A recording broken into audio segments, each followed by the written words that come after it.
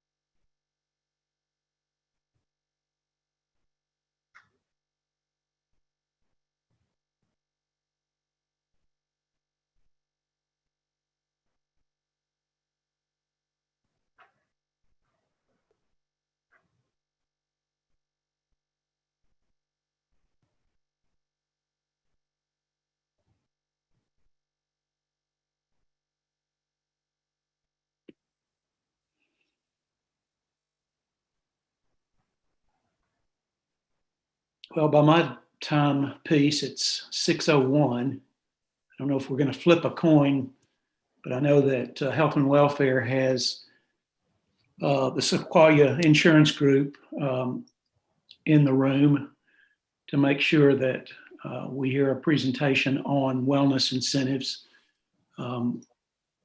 Commissioner Holdren and I met with them by Zoom earlier this month and asked them to join the health and welfare meeting. So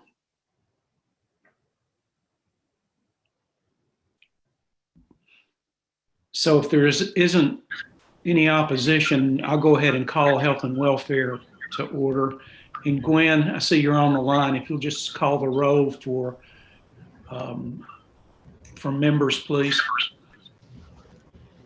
Randall Jenkins, Here. Mike Hill, Here. Robert Acuff, Here. Brad Johnson, Here. Thomas Profit, Here. Ginger Holdren,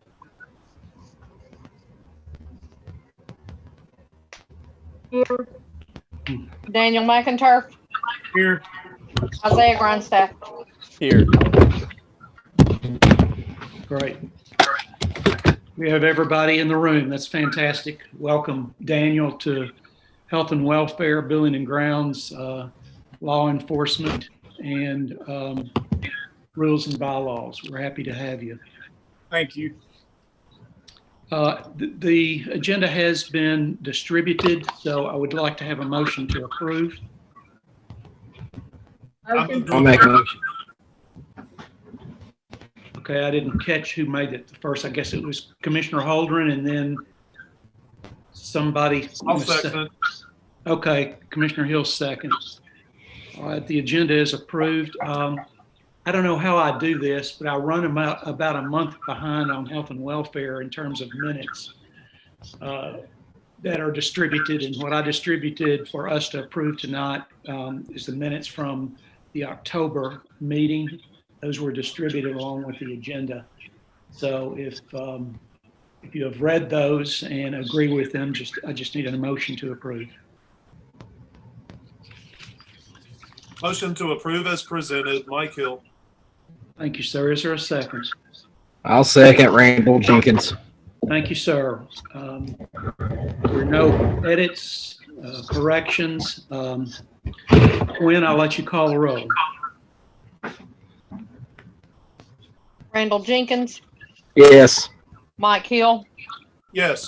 Robert Acuff, Yes. Brad Johnson, Yes. Thomas Profit, Yes. Ginger Holdren, Yes. Daniel McInturf, Yes. Isaiah Grindstaff. Yes. All unanimous. Thank you. I don't know that we have any public on the line. I can't see everybody, but we'll open up the floor to any public comment for health and welfare. Okay, seeing none, we'll close comment to the public. We'll move to item 6. I think our kind folks from Sequoia Group is on the line. I don't know if Colton is going to lead this discussion as he did, but when Ginger and I met with them, but we'll turn the meeting over to you to talk about wellness incentives. Hey guys, good evening. Thank you all for having us. Bit of technical difficulty on the camera there. We'll be back next time. I got Tim and Kelly on the line with me. Is it possible for whoever's controlling, oh, there it is. Never mind. I got it. I'm going to share my screen and then we'll just start walking through the items that were discussed between a couple weeks back. Can they see the screen okay and hear us okay? Can you guys hear us okay? Okay. And you can see our screen? Yes, we can. Okay, good deal. All right. Just to give a little bit of background here, a few months back, we were asked to start diving into wellness programs and start understanding what the landscape looked like for counties around the size of Carter. So we'll open up here with just some very brief percentages, bullet points, that kind of thing, and then we'll lead into kind of the meat of this. So 63% of employers in the 200 to 999 range, and 65% of state and local governments offer opportunities to complete a health risk assessment. And this has continuously increased over the last decade, up from 52% to 65%. And then 49% offer some type of incentive to complete that assessment.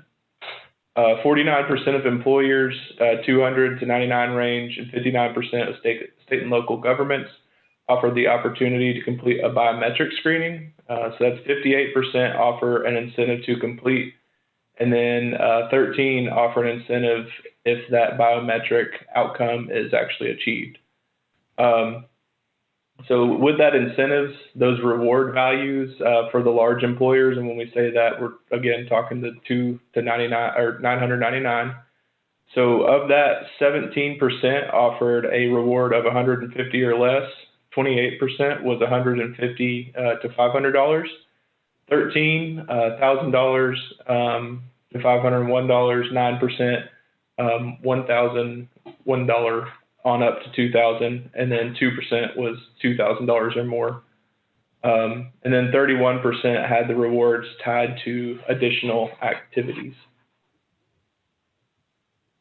Again, with some information from the Kaiser Foundation, the employers, again, that large group, 200, 999 range, opinions on how effective incentives are for employee participation. 41% of that were gauged saw that very effective. 52% saw it somewhat effective, and 7% found it to be not effective at all. Whenever I saw that statistic, I was actually pretty surprised. I figured it would be a little bit on the lower end range, but anyways, all large firms offering various wellness and health promotion activities and incentives. 65% offer a health risk assessment and a 32% incentive on completion. 52% offer a biometric screening, and 31% offer an incentive for completing that, and then 7% an incentive for meeting that biometric outcome. 84% offer specific wellness programs, and that's an additional topic that we can spend, or we can at least talk about. And then incentive for participating or completing wellness programs, 34% there. All right. Consider incentivizing annual preventive wellness exams. So this was one of the topics that Dr. Acuff and Commissioner Holdren and Kelly and I discussed a few weeks back. Was more along the lines of the wellness preventative exams and then incentivizing those. So how that would look, it encourages relationships with doctors, and it's also seen as a non-intrusive biometric screening. Can I jump in for a second? Yep. I just want to jump in for 1 second. Colton, if you'll back up one slide. 84% offer some type of specific wellness program. So that's what we're talking about, you know, with our first step to a wellness incentive for Carter County, instead of health risk assessments and biometric screenings. And the next slide. So by offering an incentive to encourage people to go get their annual preventive exam, that would fall in that category of the 80%. And as discussed in one of our previous conversations, it's not seen as intrusive as offering biometric screenings on site. A lot of employers and counties that do the biometric screenings, sometimes those can be viewed by employees as, well, why are they doing this? Why do I have to do this? Why do they want this data? So that's where we came up with, hey, incentivize the annual preventive wellness exam because of those first two bullets there. But go ahead, Colton, sorry. Good, thank you. Encourages trust with employees to support wellness programs. So as it begins to take off, that's going to spread, you know, word of mouth can go a long way, especially when there's some type of incentive tied to it. And then, of course, the preventative exam in and of itself is at no cost to the employee or to the county. It's covered on that medical at 100%. There are some items that were brought up in that previous conversation. So things that we would need to understand and find out. What would be the time frame for the preventative exams to qualify for an incentive? And then will the awards be given upon completion, or are they going to be on an annual basis? So we do have the option within Blue Cross to be able to pull that reporting, and we can pull that on a monthly basis and track it, and then we can communicate that with to payroll or the finance department. And then something that Commissioner Holden brought up that was really, I think, a really good idea was the use of the wellness forms for the doctors to sign. And really what that's going to do on the back end is eliminate any coding issues that could come up, and that report that we pull from Blue Cross having any discrepancies in there. More of a fail-safe for everybody. Currently, there are 227 employees on the plan. One of the topics that was brought up by Dr. Acuff in our previous discussion was what would it look like if we went ahead and offered that incentive for those folks that have went ahead and completed those wellness visits. So we went back and utilized that report. We went back and utilized that report and pulled it for the calendar year and then for the plan year. So currently in the calendar year, so from January 1 to 10/31, there are 100 employees that have completed that wellness exam. On the plan year, which is 7/1 to 10/31, 61 have completed that wellness exam. Again, back to that conversation that we had, there were 3 incentives that were kicked around. So the gift cards, 15% discount on medical premiums, and then a day of PTO for completing that wellness exam. So currently, as we sit, if we offered a $50 gift card, here's what the numbers show. If all 227 employees completed that exam, the max spend for the county would be $11,350. We know that not everybody's going to complete it. So if we shot for 50%, that's 114, which is pretty close to the calendar year. So 50% is $5,700. Again, if we went ahead and offered it to those employees that completed it during the calendar year, that would be $5,050. And then if they completed it during the plan year, $3,050. Same sort of scenario, just upping it to a $100 gift card. If all the employees in the county went, $22,700, 50% is sitting at $11,400. Current calendar year, $10,100. And then current plan year is $6,100. If we decided not to go with the gift card idea, the PTO, how that looks like, we went into our Ben admin system and pulled out all the salaries, took an average of those, and that showed up at $32,451. Hours worked in a year is at 2080. So that brings our average average per hour out to 1560.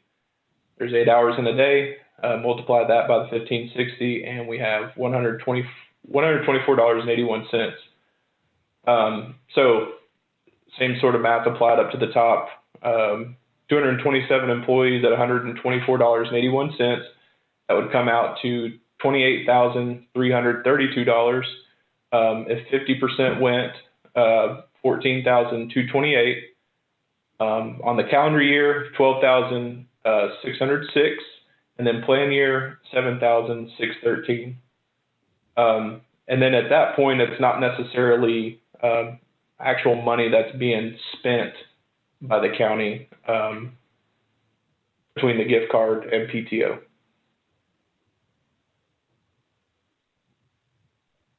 Let me jump in. Okay. So when considering your, like a 15% discount on premiums, on the plan premiums, that gets a little complex and complicated because there's a lot of different things to consider. One of those being that all three plans, employees pay a different amount to be in those plans. Employees who are on plan one pay more in premium, but the county does as well. So if you look at 15%, this slide right here gives estimates. So if we do a 15% discount on medical premiums for the employee portion, in this scenario, we have to make an assumption that the $10 monthly value for any employee only premium that is currently zero based on plan one for non-grandfathered. So basically what that's saying is, if you look down at the chart, plan one in the first grid, you see where you've got non-grandfathered, you have 59 employee-only enrollees in plan one that are non-grandfathered. You have 1 employee spouse, 0 employee child, and 1 family. Then the rates right beside that, that is what the employee is paying per month in those plans.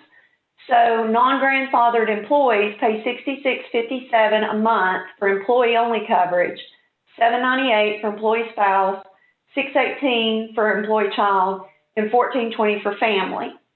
If we apply the 15% savings to that, that's the next column, the 56, 678, and so on.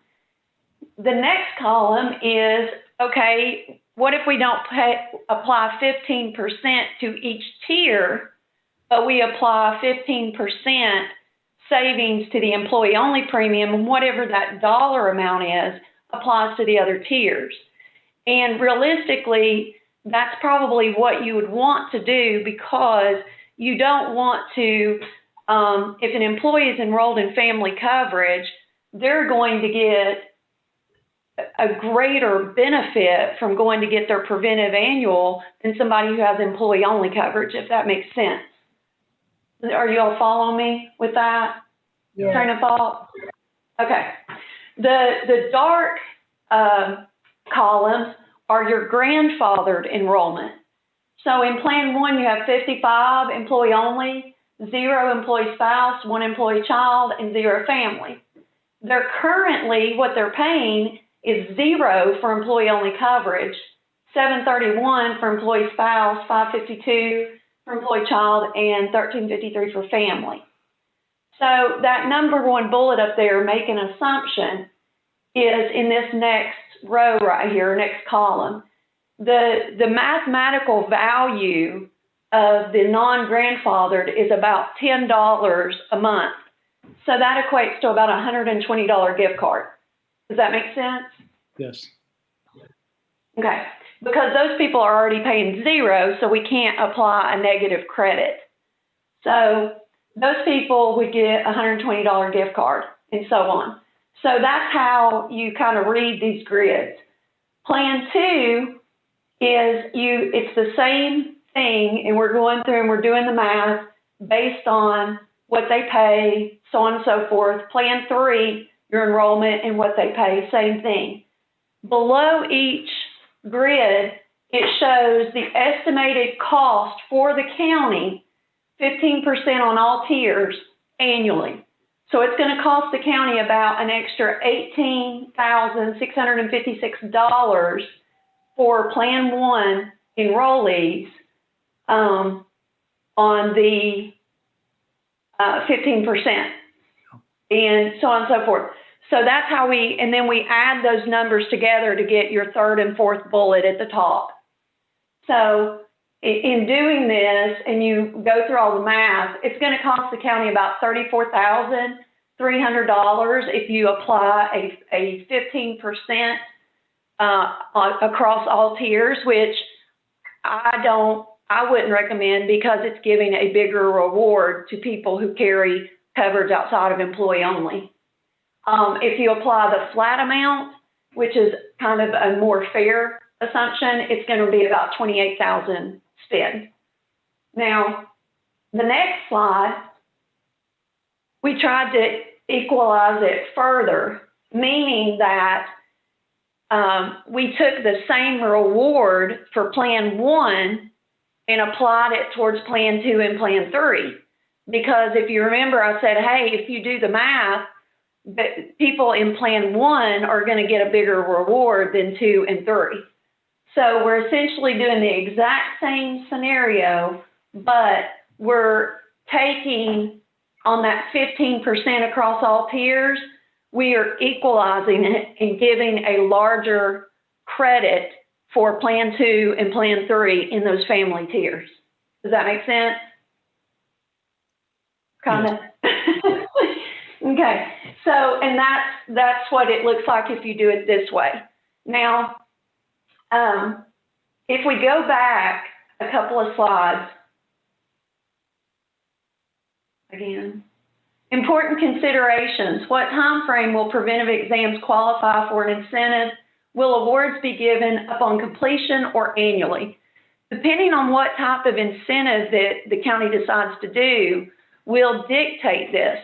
Because if the county wants to go with a premium discount, then that could only be monitored and assessed and done on an annual basis. And typically the way that works is it runs on a plan year. So anyone who goes and gets their preventive annual screening from this point through this point would get a credit on their 7-1 enrollment for the next year. Does that make sense? Yes. Because you would not want to be adjusting those payroll deductions mid-year. Kelly, And can I ask monthly. a question? Right. Can I interrupt you for a sec? Sure.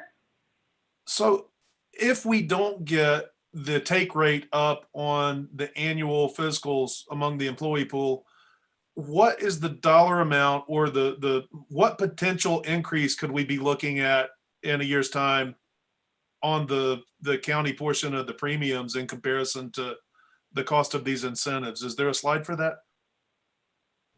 Okay, I want to make sure I'm understanding what you're asking. Are you saying if we do, what is the estimated dollar value if we don't start getting employees to go get their annual exams? Yes, ma'am. So what, if we continue to track, we're at roughly 40, 50% like we are right now, what does that do to the cost, the overall cost of the employee healthcare coverage? And would this incentive program, would any of these be roughly similar amounts of money? Would we end up saving money over the cost of the potential incentive program? Am I jumping the gun, or is that in here somewhere? No, you're talking about return on investment, and that's a great question, and that's always the big, the big unknown with wellness programs. So the couple of things just to speak to that, there's no dollar amount that we could say or anyone could say with any certainty, hey, if you get a 10% increase in participation, you're going to save X amount of dollars.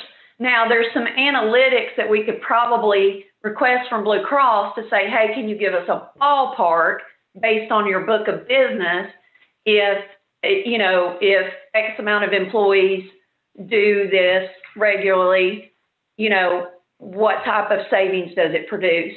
But again, I don't like to throw those numbers out there because then those become expected returns, and it doesn't always work like that. Does that make sense? Are you there? Yeah. Yes, ma'am. Sorry, I was muted. Yeah, that makes sense. I just, I wonder what we can expect, or what is the reward worth the cost? And that's what I'm not seeing here yet. I don't know. I'm sorry. I main don't know what the thing- relation of the the take rate on the annual physical checkup is in relation to the cost of the premiums, you know? Well, there's a couple of factors that I can speak to that it does impact, okay? I can't really put a dollar figure to those factors, but I can speak to the impact that it has. The first one being that the county is, when an underwriter is assessing your renewal, and what they are trying to do is there's some predictions that they have to make. Is this group a complete unknown? Or do we have a pretty good handle of the health risk of the group? And so when you have under 50% of the group going to get their preventive screenings, the underwriter is going to assess a higher percentage in your renewal and have a higher risk because there's over 50% of your population that is a complete unknown. That could be, you could have a mass heart attack sitting there. You could have a cancer that's already stage 3 or stage 4 that somebody doesn't know about. You could have an end-stage renal that's getting ready to pop up with somebody that's, you know, borderline kidney failure who hasn't been getting treated for diabetes. So that's one of the huge factors that comes into play when speaking in terms of increasing your population getting their annual well checks. The second thing is it does impact your claims by heading off any of those large things before they happen. So if you have someone who's getting ready to have a massive heart attack, be in the hospital for $300,000, and they go get their annual preventive, and they find out, oh, my cholesterol, my this, my that, and they go get the care that they need, it heads off those large claims. Same thing with cancer, same thing with diabetes, same thing with heart conditions. So those are the two huge, if you will, say, return on investment that the county would see. Now, as far as a dollar figure, you know, again, that's just something we could try to get some analytics and ballpark. But you know, speaking openly, I don't want anybody to, you know, well, we were supposed to save 60,000, and by doing this, if we increased it 10% and we didn't, you know, it is sometimes what happens when you try to start putting dollar figures, if that makes sense. Yes, ma'am. This is Tim, if I might just to add to that. I usually just take a different look at it, just a plain old common sense look at it. I look at it, if you don't get your preventative, it's like not ever getting your car looked at. All you do is just put gas in it. Don't change your oil. Don't change your oil. Don't rotate your tires. Don't do anything with it. All you do is put gas in it. So if you look at the human body, all you do is just put food in it and you never get anything checked or anything like that, it's just a matter of time before one of those catastrophic illness hits us, either through death or a very, very high claimant. No different than not taking care of your house and you let water eat it up and everything. Eventually you're going to have foundation problems and everything. We really don't know what the cost is going to be until it's a catastrophic. And so from where I sit within the makeup of Sequoia Group, when we have groups that do not go get their preventatives, there comes a point in time that we can't negotiate our way out of a bad renewal. And that's the way the way that I look at it. And we can probably put a dollar figure to it of what the impact is of not getting your preventatives, and long term, what will be the impact from a dollar amount. It would be different if our employees didn't come to work for us and stay with us for 10, 15, 20 years. Eventually it will catch up with us, and with them if they don't get those preventatives. Yeah, totally get that. I'm just, we have to sell any potential program to the full commission. And so the question becomes, what dollar amount do we invest, and how does that impact the target that we're trying to hit, which is the overall cost of employee healthcare insurance? I mean, will a $50 gift card get us 50 more people taking us up on the annual free to them physical, or is it going to take a day off or whatever? I mean, where's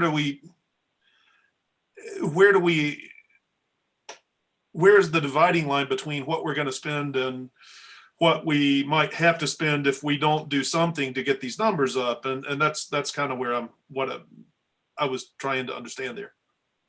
And I think you're right on track with it. Great point. This is exactly why this discussion and this is needed with a group, because that is the big question. And when looking at the numbers and analysis of where do we start, I'm not a fan of doing the 15% off the premiums. I don't think that saving $10 a month is going to encourage employees that much. I think it's going to be a big hassle administratively to keep up with the premiums and so on. So then we start ruling things out. Your population, is it a $50 gift card, a $100 gift card, or a day off? A day off essentially realistically does not cost the county anything. And, Mike, going back to one of the reasons we narrowed it down to, hey, let's just start off by incentivizing people to get their preventive annual exam, is because the preventive annual exam in itself doesn't cost the county anything. If you all did a health risk assessment, biometrics, any of those other things, there's a spend just to do that activity. So really all we're looking at as far as cost and investment is the reward, which is on this slide right here. Does a $50 gift card get people excited? Well, I think coming into Christmas, you go out there and you 101 people have already gotten their preventive exam. We spend $5,000. Those people get a $50 gift card. I think that might get a little chatter going. I don't know. But 100, you look at the $100 gift card. If you go calendar year, it's a $10,000 spend, for calendar year. To me, those two, the $50 gift card, the $100, and of course the PTO is not real money anyway. So that's going to be one of the easiest things to do, because it doesn't realistically, truly even have to be budgeted. So to me, that's your first step. Let's at least try this and see how it goes, even if you don't want to spend an extra dollar per se. But does that get people excited to, or as a gift card? Hey, Mike, this is Colton. I'm looking back on the dashboard from October, and I wanted to give you kind of an idea, because the dollar amount that we're looking at here. So there was a heart issue that popped up, catastrophic event, and it was an excessive claim over $25,000. So this claim came in at about $53,000. So if we could have given that individual a $50 gift card for getting his preventative checkup, that could have it could have saved us, $53,000. But then at the same time, maybe they're just going and getting on routine maintenance drugs to help with that heart issue or to help with hypertension, whatever that might be. But those $50 gift cards or 100, whatever, I'm of the camp, start small, let it spread a little bit.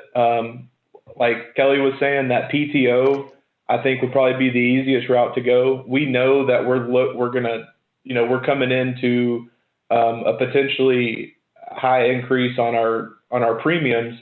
We need to keep that in mind. And I think that paid time off would probably be the best foot forward, just in my opinion.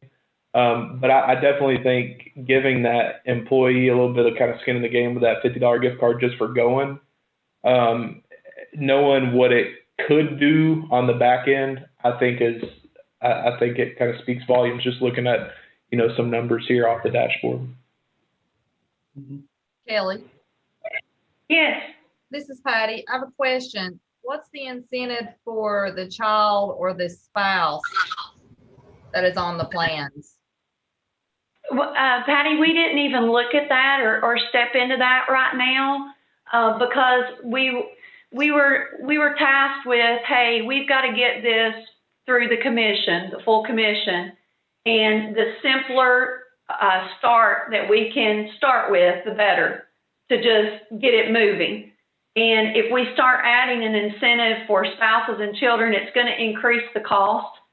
But I hear you, Patty. That is something that employers eventually get to, but they usually don't start with it. Okay. But you do have, if you back up to the slides that show the enrollment, you all do have spouses and children on the plan, but you really don't have a whole lot of enrollment there. The majority of your enrollment is employee-only coverage. So, I think by just starting with incentivizing employees, at least you guys can get it started. I mean, we can add the spouse and children in there on the numbers too, but we were just, told, hey, simplify this. The first presentation was a lot bigger with a lot more things to consider. And we were told, in order for us to get this through the full commission, people to understand, get it moving, at least take a step, make it as simple as possible and as budget friendly. I agree with that. So, that is something though, Patty, maybe next year, that's the next step in growing it is okay. Okay. If you have a spouse or child on the plan, Chairman, I have a question for the group. Yes, sir. So, I just want to hit maybe two possible speed bumps here. So with the gift cards, if I'm thinking about this right, we would possibly have to tax the employee for that amount of money given to them. I don't know. I could be wrong on that. I hope I am. But that's still a small amount, even if we decide to pay the taxes, because it would be just like getting a bonus, if I'm not mistaken. The other small speed bump would be office holders. They are the one that approves time off. So I don't know if there's a possibility or a hiccup in the future with that. But I'm all for this, and I think we're headed down the right road. I'm just throwing it out there right now. So. I think we should look at all angles of this, and you're right. We should make sure that we don't find ourselves instituting a program and then paying more than what we thought we were going to pay. So I appreciate you bringing that up for everybody to think about. Mr. Chair. Yes. One thing I want to add is, and if I'm not mistaken, the city actually does give a PTO day to the employee if they, as an incentive to get their wellness check done at this time. It may be worth talking with the city manager just to kind of see how that works for them. It doesn't really take care of the PTO day issues. I think that Commissioner Jenkins had brought up about approving time off, but at least we could kind of see in practice how that is working for them. Right. That's a good idea. Chairman. Yes. A question for Kelly or Tim again. What you're talking about here, I mean, we're basically trying to incentivize enough. We're trying to bribe off the employee pool enough to encourage them to go in. So what if it was a campaign of sorts with, if we're at 40% now, if we set a target for 75% take rate, and then the gift cards would be given to the 75% that actually went, if if the employees met that benchmark. I mean, there's got to be, then I think maybe you'd see encouragement from the colleagues, and maybe from the bosses. But I don't, otherwise I'm having a hard time trying to figure out what would be the tipping point that would motivate someone to actually go get that physical that isn't typically motivated to go. And has that been tried anywhere? Is that a thing? I haven't seen it tried that way. But Commissioner Hill, you bring up a valid point, because I've always stated in group meetings and everything, group enrollment meetings, when we talk about the renewal that they receive on an annual basis, that if you got a great renewal, each one of you pat yourself on the back, because we're a collective group here. And if you don't like the renewal, kick yourself in the shorts. And it is that old statement that, one bad apple will spoil, or two bad apples will spoil a bushel. So you do bring up a valid point, because it is a team effort. We could have, 75, 80% of the folks go and get you preventative, and there's 3 or 4 that turn around and they have, high claims and everything, and we could be sitting there at a 30, 40, 50% renewal. So it is a valid point. If they would work, if you think it would work from a team effort there, that we get to 75 or whatever the number will be. Right now we're running what, Dalton, 40, 50%? Right. On So preventative. Nobody wants to be the weakest link in a scenario like that. We've got to, it would be like the governor's drive to 55, except in this case, it would be 75 or 85, drive to 85%. And then, if that benchmark is reached, everyone gets a new Buick, or whatever the incentive is, right?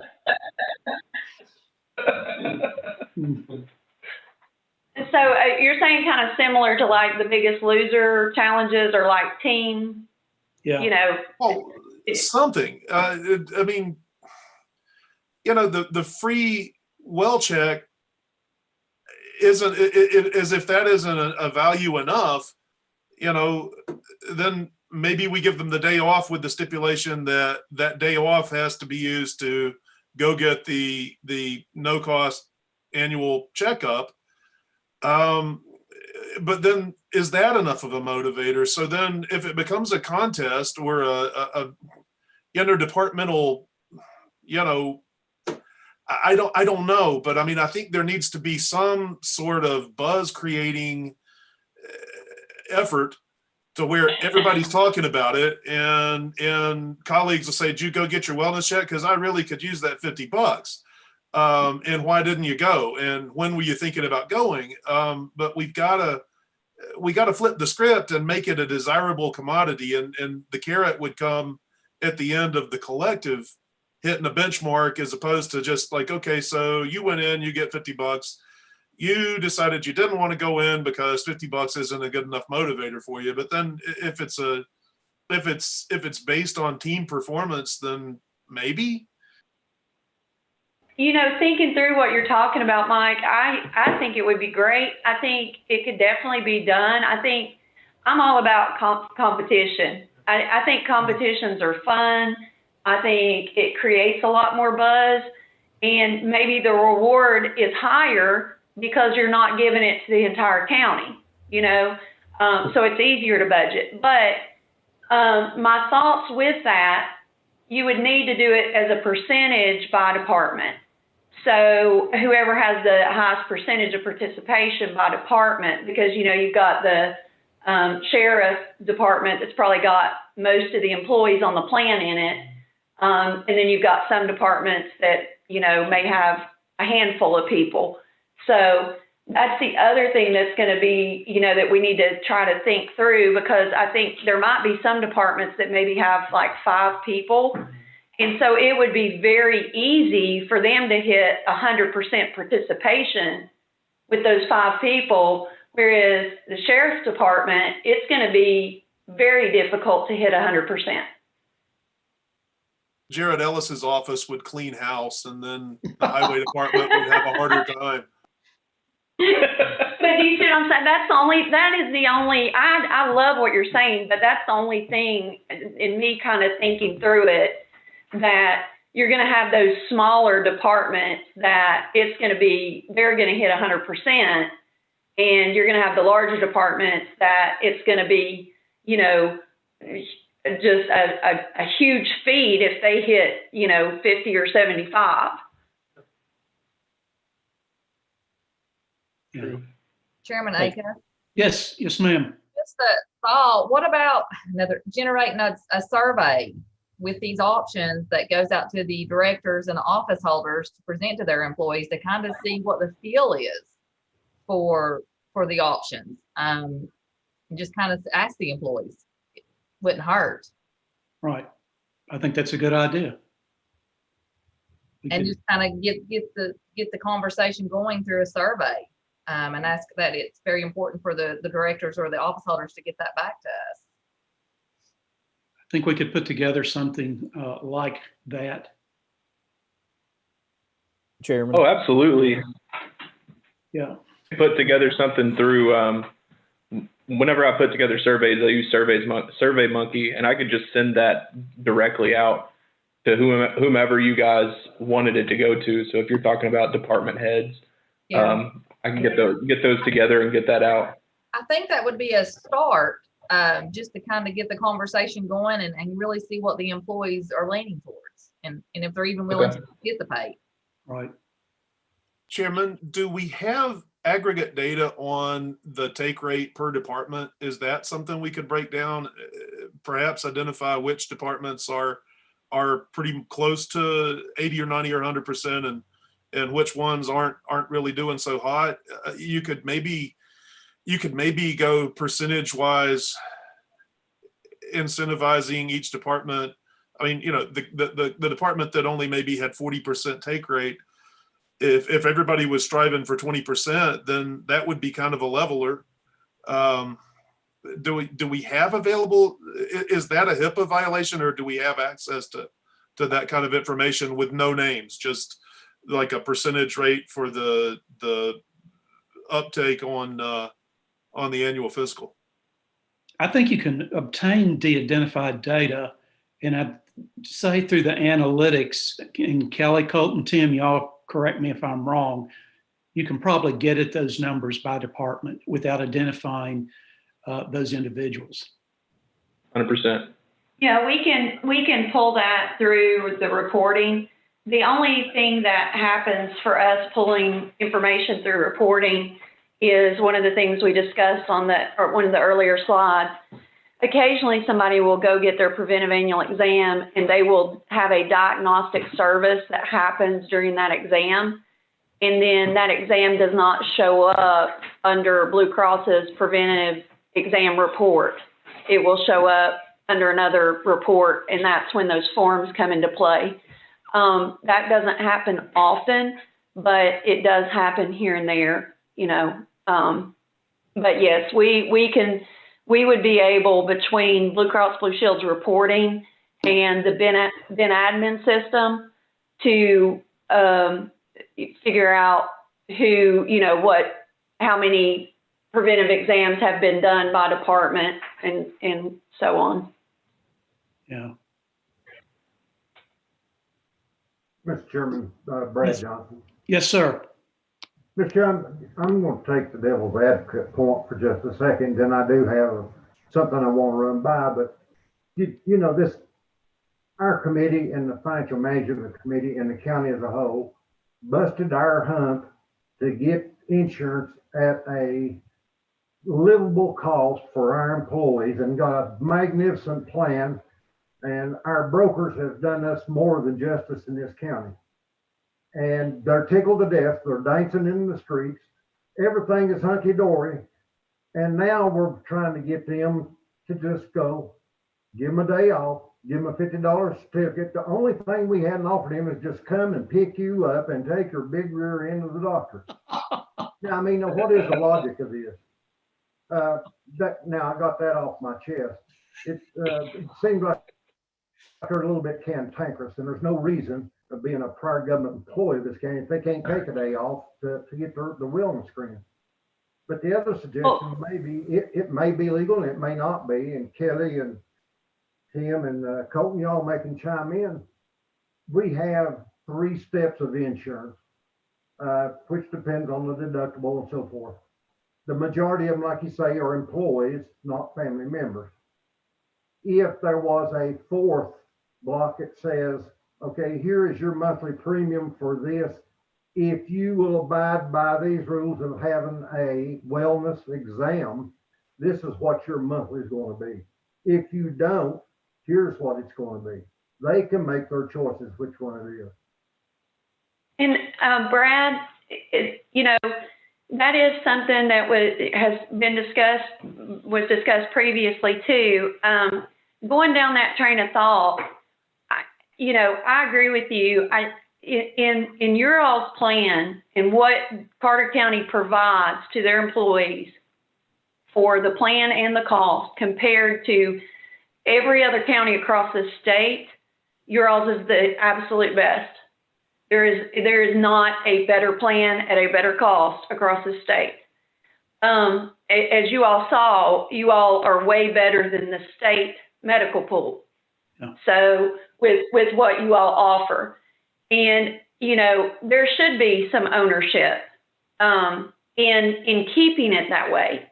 And I think what you're referring to, and we do have some employers and counties that do this, is called a surcharge. If you do not, so Colton, go back to the plan, the slide that has the, so for example, right now, the first column, non-grandfathered, and the first column, grandfathered, that is what employees pay in these plans monthly. So the surcharge would be, if you don't go get your preventive annual exam, you're going to pay $20 extra a month on top of this for the next, until you go get it. Or you're going to pay $40 extra a month until you go get it.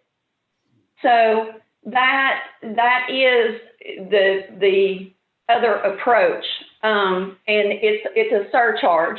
So you don't really have to design like a 4th plan. You apply a set surcharge on top of what they pay if they do not go get their preventive annual exam. No, that's true, Kelly, and that's one of the basis of my statement was that, our employees are within our regular public. You can do anything in the world to try to get their attention and try to prove it to them, which I have to, and I don't think anybody could rebut me that every effort in the world has been done by our commission to make the health and the environment of our employees better than anybody around us. And we've successfully done for it. And now the only time that I know now, and the only thing left you're gonna get their attention is get into that wallet. When they see their money disappearing, it's gonna open their eyes. Now, I expect if they go in there and want to give blood, I can understand they wouldn't want to get it. I wouldn't either. I wouldn't show up. I'd pay you the $40, not to even stick me, but just to get a preliminary and go out to extra and spend more money out of our savings and all because of them being trifling and not making an effort.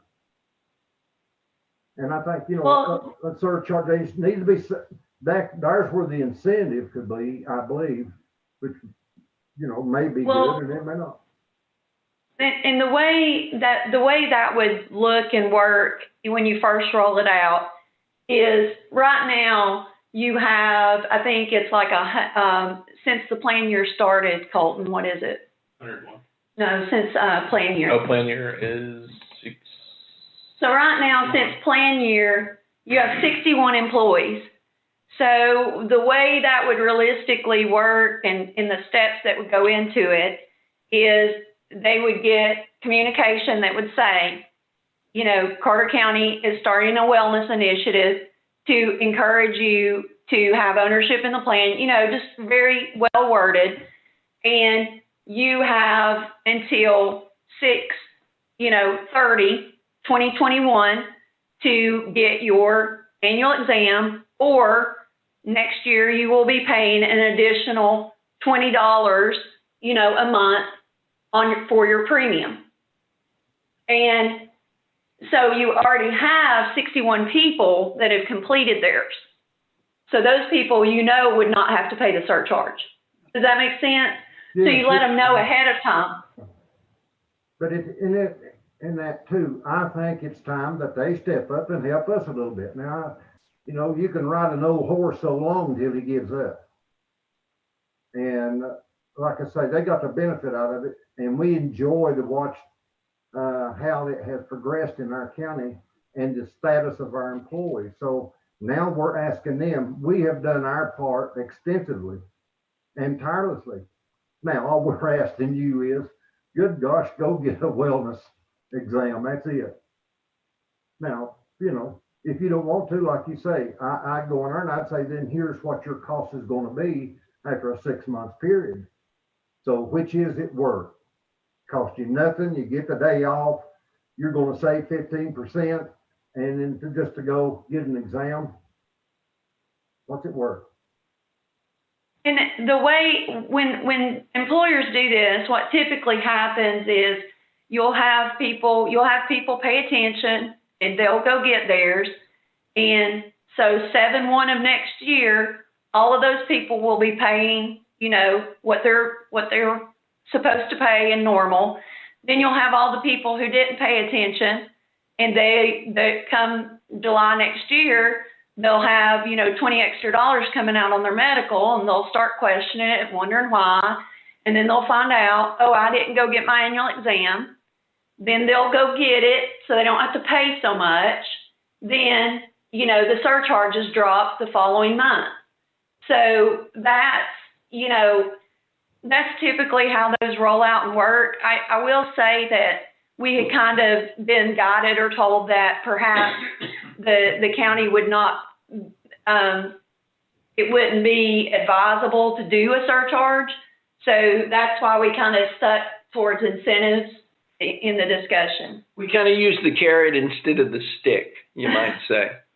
I think you actually use a little of both. I think it would be a hybrid approach where that surcharge, the surcharge, nothing will get someone's attention like, losing a percentage of their income. You advertise it well, and then you run a campaign to get the take rate up in the short run, because you wouldn't be assessing anyone for at least 6 months. That's certainly plenty of time to notify everyone. I mean, there could be a slip in with the paycheck, for those that don't direct deposit or whatever. But I think that a piece of both would be probably more effective, one or the other.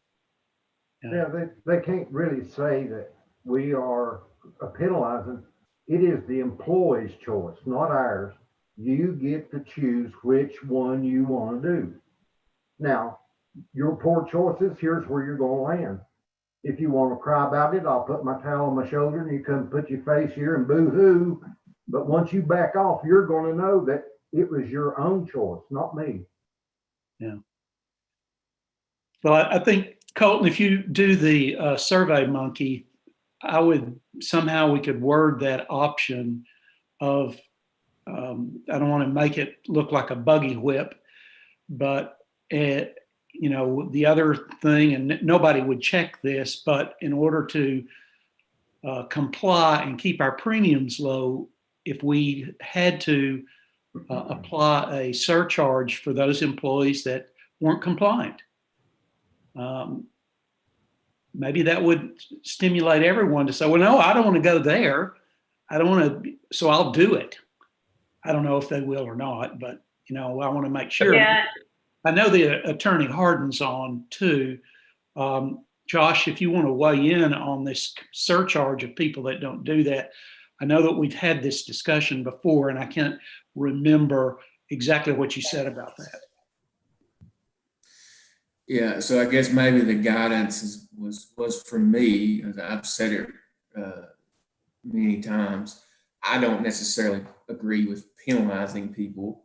That's just my opinion. I'm just one man, but it's still America, just barely, but it's still America. And if you're penalizing someone and because they choose not to go to the doctor and undergo whatever that exam entails, I just personally don't agree with that. And I think, of course, there's a chance that somebody could retaliate against the county in some way for that. I don't know if it would be successful or not. You can get away with anything if nobody does anything about it. But I mean, I could imagine a plethora of grounds that someone could challenge that on. Whether they will or not, I can't say. But just as I've said repeatedly, I prefer the carrot to the stick in this scenario, just because it entails forcing someone to do something that maybe they don't want to do for many reasons. And I realize it could increase the cost for the county, but you're still, treating employees differently based on a choice that they're forced to make to save money. But that's it, Mr. Attorney. They get the choice. We're not forcing nothing. They've got A, B, C, or D. Which door do you want? I mean, you can use the carrot approach, but getting that brown in my face all the time now is getting a little bit old and stinky. Yeah, well, as you all know, over these years, I'm pretty conservative in my advice, so that's where I'm coming from. Other counties may have done it, other people may have done it, and it very well may go over great here, and it takes one trip around, and then they'll do it and save the money. That's just my conservative advice for what it's worth. Colton, also, Can I? Pardon, go ahead. I was just going to speak to Josh. Josh, I can email you over if you want us to, like the Affordable Care Act guidelines concerning like wellness programs and incentives and surcharges. What the county is doing is called a participatory program. So everything would be easier and be compliant to not open the county up to issues. Whereas a lot of the wellness programs that get employers into issues are the ones where they have to complete, they have to meet a certain standard, like a biometric standard, so on and so forth. And those, in a lot of the lawsuits that have happened with wellness programs, those are in those other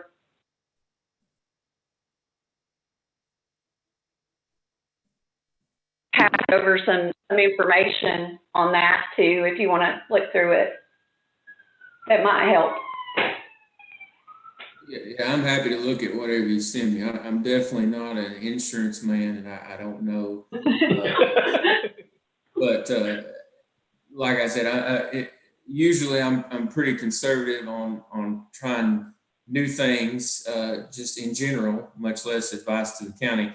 So I'm happy to look at it. But if you're telling me in your all's professional opinion that it's done across the state or it's done in other places and it's acceptable to do, don't let me be the one that prevents it.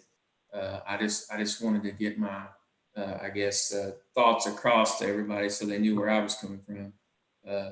That's all. I mean, I can't say definitively that it's that there's anything wrong with it or it's illegal, but I can just give you my opinion.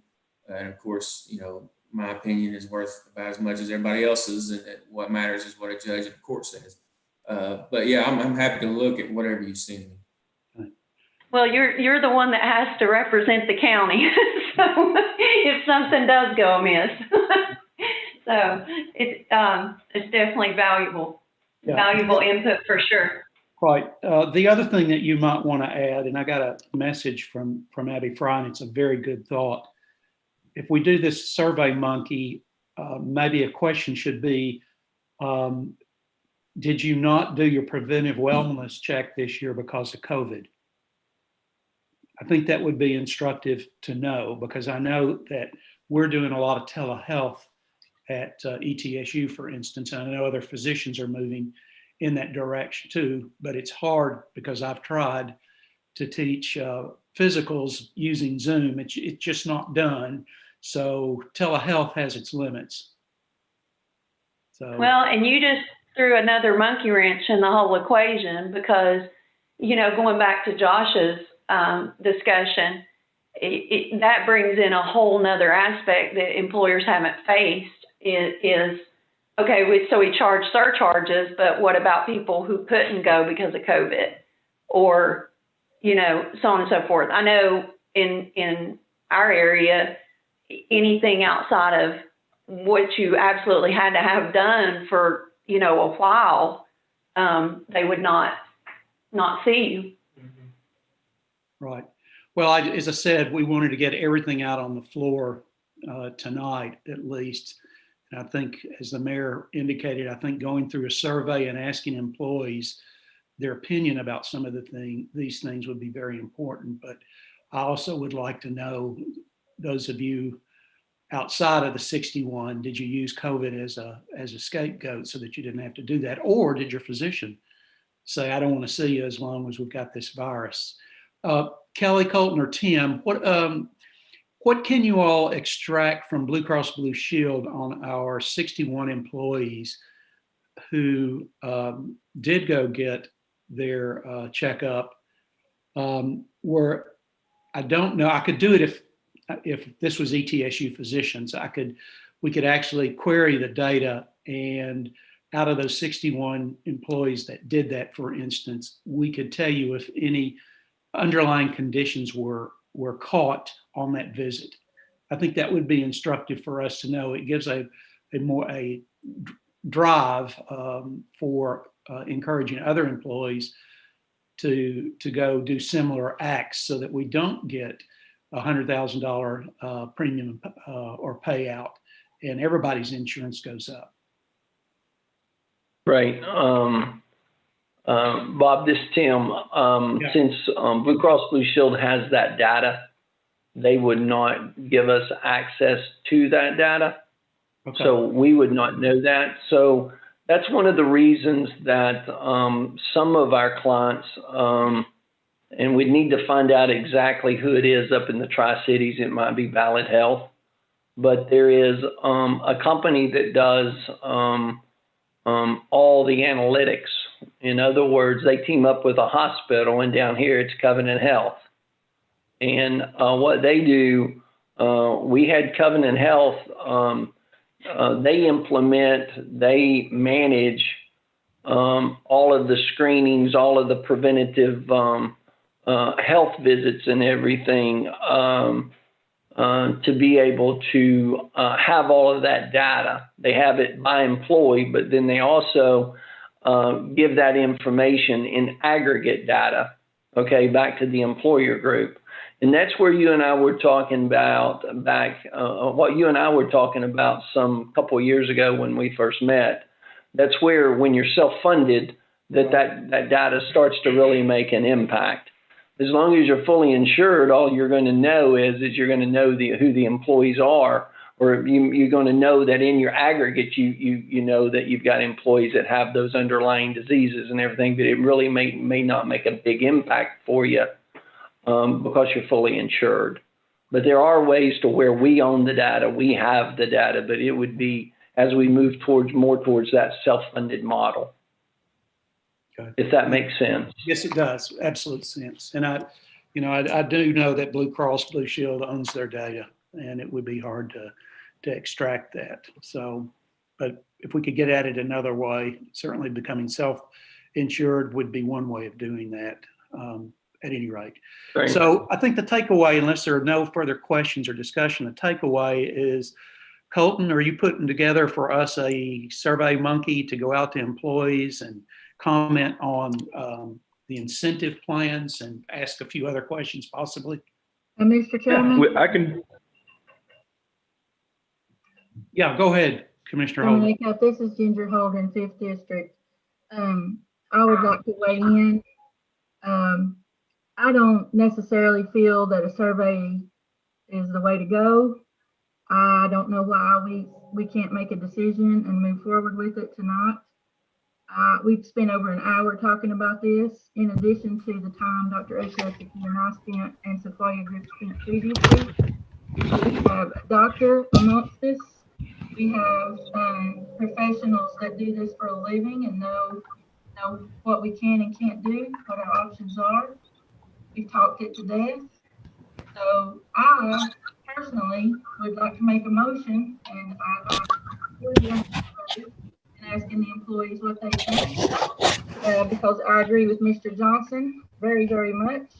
I think we have worked extremely hard to take care of our employees the past couple of years. I don't know when they've had more bonuses, higher bonuses, pay raises, and health insurance to beat what they've seen these past 2 years. I will try to follow our attorney's advice and go with the current for now. I would also like to be putting a word out there that please comply, but if you don't, the next step is going to be a surcharge. So I would like to put a motion on the floor that we offer them a day off if they have their physical, their preventative health care once per year. And I would like to make it retroactive to the beginning of the plan year, July 1st of 2020. I would like to go ahead and let those 61 people who have already done this have their PTO whenever they want to take it, starting now. And then everybody else is going to see that happen. And hopefully that's going to be incentive enough for them to get their well check done before June 30th of 2021. I know that's a complicated statement. I can try to make it more concise, but that's the motion that I'd like to put on the floor. I'll second what Ms. Holdren said. Okay, we have a motion by Commissioner Holdren, seconded by Commissioner Jenkins to go to the PTO, paid time off, allowing those 61 employees who have completed under the current plan year to be notified. I guess we'd have to also notify their direct supervisors that they're due a paid time off because they have completed their preventive medicine visit. Does that seem to be in the spirit, Commissioner Holdren, of your motion? Yes, sir. Thank you. All right, thank you. Is further discussion on the motion? Just hearing none. Gwen? Chair, Yes? I think Randall and I were trying to talk at the same time. Oh, okay. All right. I couldn't hear you. That's okay. I do have a couple of questions, and I'm not necessarily against this. I did reference that the city of Elizabethton, I think, currently uses this model. I think that they make it you are required to bring back something from the doctor, whether that's a signed piece of paper or something stating that you actually received a wellness check. I think that should be something that we look at within those guidelines. But I did have questions about, I noticed in the plan considerations that are still up that, we talking an 8-hour day, a full day, a 10-hour day, a 12-hour day, because we do have different individuals that do work those different shifts. So that needs to be taken into consideration.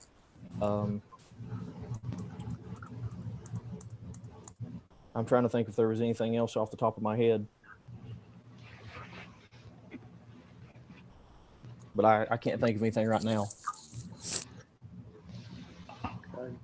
Just, Dr. Acuff, just one quick, I was just going to make a statement. So, I mean, we have leaders throughout the county. We have office holders. And it's not so much that we have to sell it to the entire county employee pool. We just need to sell it to them so they can sell it to them. Well, I don't know what there is to sell. We can't hardly do much more than what we have done for the county employees. I agree with Ms. Holdren on that. We have went above and beyond. But our office holders, our leaders within, they're the ones that have to really put this out there and see it through. I know when I get presented with something from my my bosses, it's up to me to make my team see it and do it. So, I say throw it out there and let's run with it. So. Okay. Well, back to Commissioner Grindstaff's point, I think we'll have to identify what time payoff we're talking about in terms of people who actually do shift work. And number two, probably going forward a plan as the city has where folks bring back a note from their physician that they have completed their wellness visit. Chairman Acast? Yes, ma'am.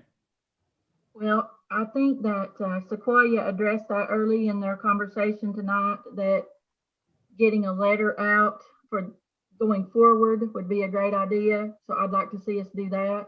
Okay. Make that Commissioner part of Grindstaff brings up a great point. If I can amend my motion, I would like to make my motion for an 8-hour shift or less. Okay. Commissioner Jenkins, you were the seconder on that. Does that meet your muster? Yeah, I don't really see a problem. I mean, I say an 8-hour day. I mean, just a day's worth of work.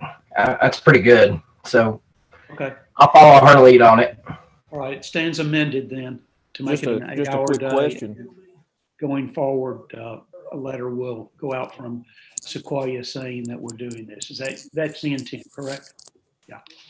Just a quick question to add to that. I mean, you've got highway department employees, I think, that work 10-hour days. So you're going to make them take 2 hours off. You've got corrections officers that work 12-hour days.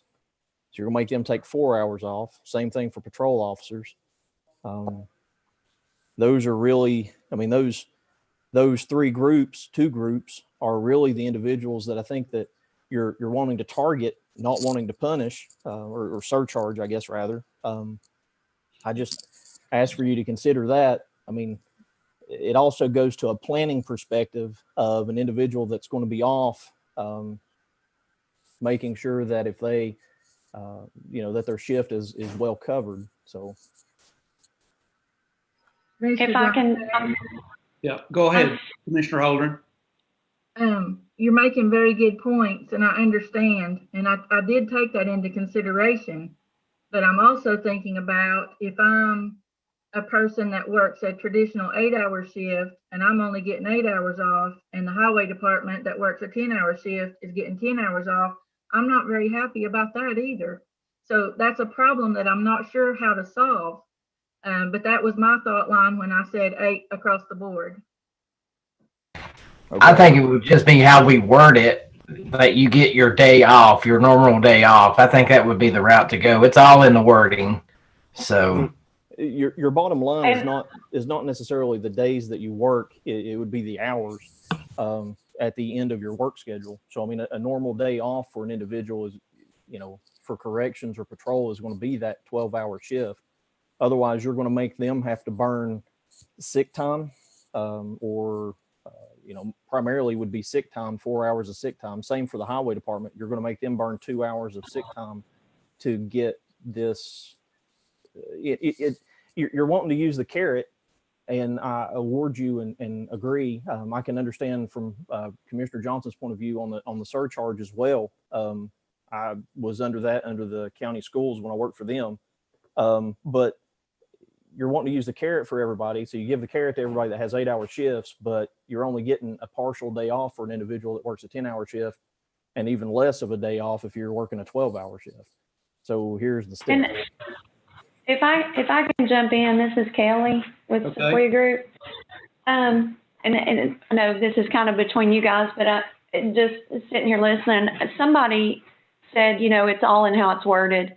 And I think if it's just worded and communicated, a day off, and everybody's day off is different. We have some county governments that have EMS employees that, work 3 12s in a row and things like that. And I think it kind of defeats the purpose if you're going to give me 8 hours, but I either have to come in and work 2 or 4, or I have to burn sick leave, it would deflate me. That's just my thoughts. But, I do understand, Ginger, where you're coming from. So I think it would have to be worded as a day off, because I do think if we said these employees get 10 hours, these get 8, these get 12, then people who their normal day is 8 hours would be, upset.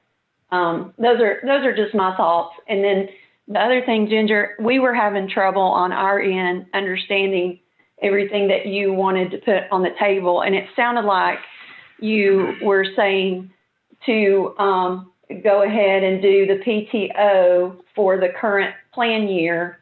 And then did you also say get together communication for a surcharge next year? No, No. I said, Okay.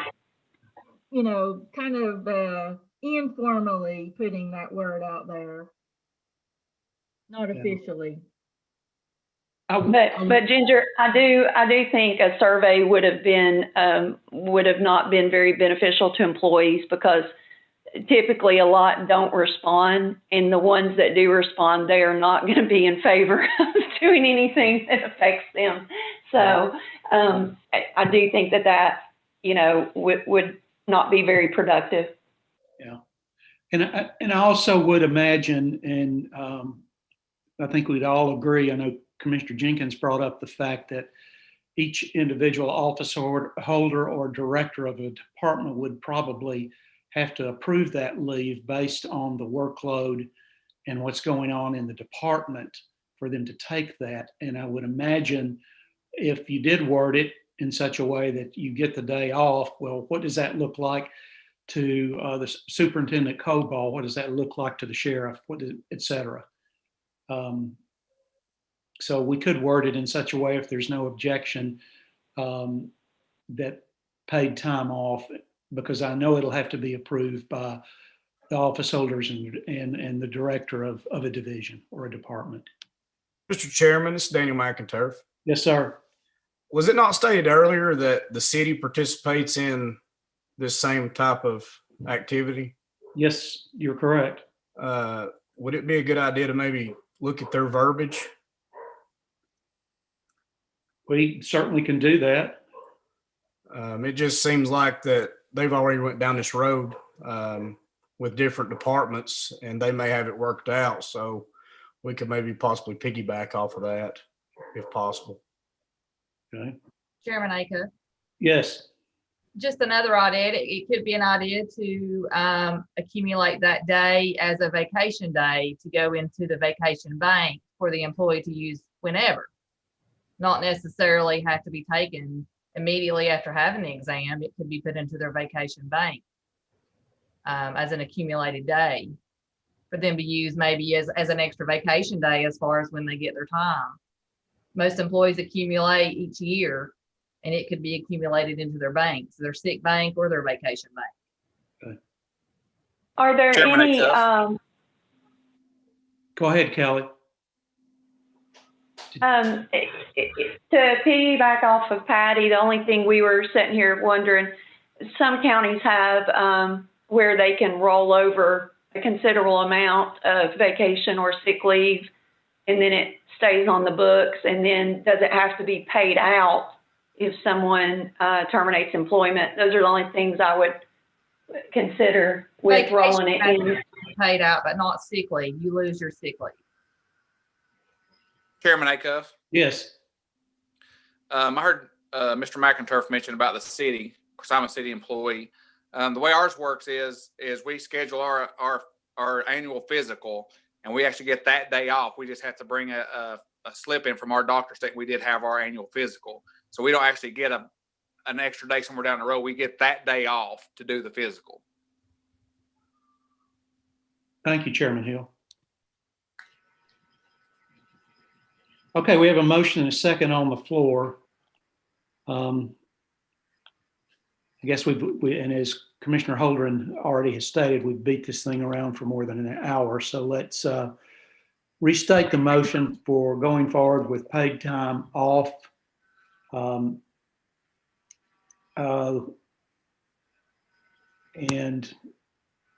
again, being able to use, Ginger, was it intent of your motion to use the day of you go get your physical and the rest of the days off, or was it your motion to say you could use that paid time off at any time in the future? I just want to make sure Gwen gets the motion correctly. Well, since I said to make it retroactive, it would have to be a day at their request and the discretion of their supervisor. Okay. Yeah, and that for those 61 employees, absolutely, I agree. Okay, any other further discussion? I think Chairman Hill weighed in on how they do it in the city. We've changed ours just a little bit. So if there's no further discussion or points to be made, Gwen, I'll let you call the roll, please.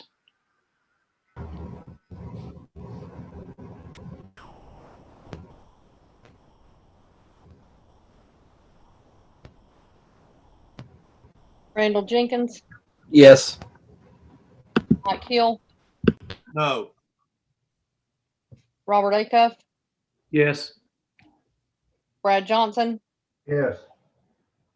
Thomas Prophet, Yes. Ginger Holdren, Yes. Daniel McInturf, Yes. Isaiah Grindstaff. Abstain. Okay, thank you all. Motion passes. Tim, Kelly, Colton, thank you all for walking us through this. Thanks for all you do for our county and our county employees. We appreciate you all and the work that you continue to do and the ideas that you all bring forward. So we appreciate you being with us tonight. Chairman Acuff, I've got Thank you one very much. question for Kelly or Tim. Okay, go ahead, Mayor. Just real quick is there a form that can be sent to the, if this makes it through full commission, to the directors and the office holders to just have on file on Word so they can give the employee for getting signed off when they do have the exam instead of them having to search that down? Or do they need to bring a form from their primary physician, or are we going to generate something? So there's a couple ways of tracking it. You don't necessarily have to require a form if you want to accept the report from Blue Cross, where because we can pull that on the 5th of each month or the previous month. Okay. And so we can right now, for example, Patty, we could look those 61 employees, we can see what department they're in and notify the department head or whatever. It would just be, a form would be required or needed if someone said, well, I got my preventive exam, why am I not on the report? Right. Okay. Very good. Thank you.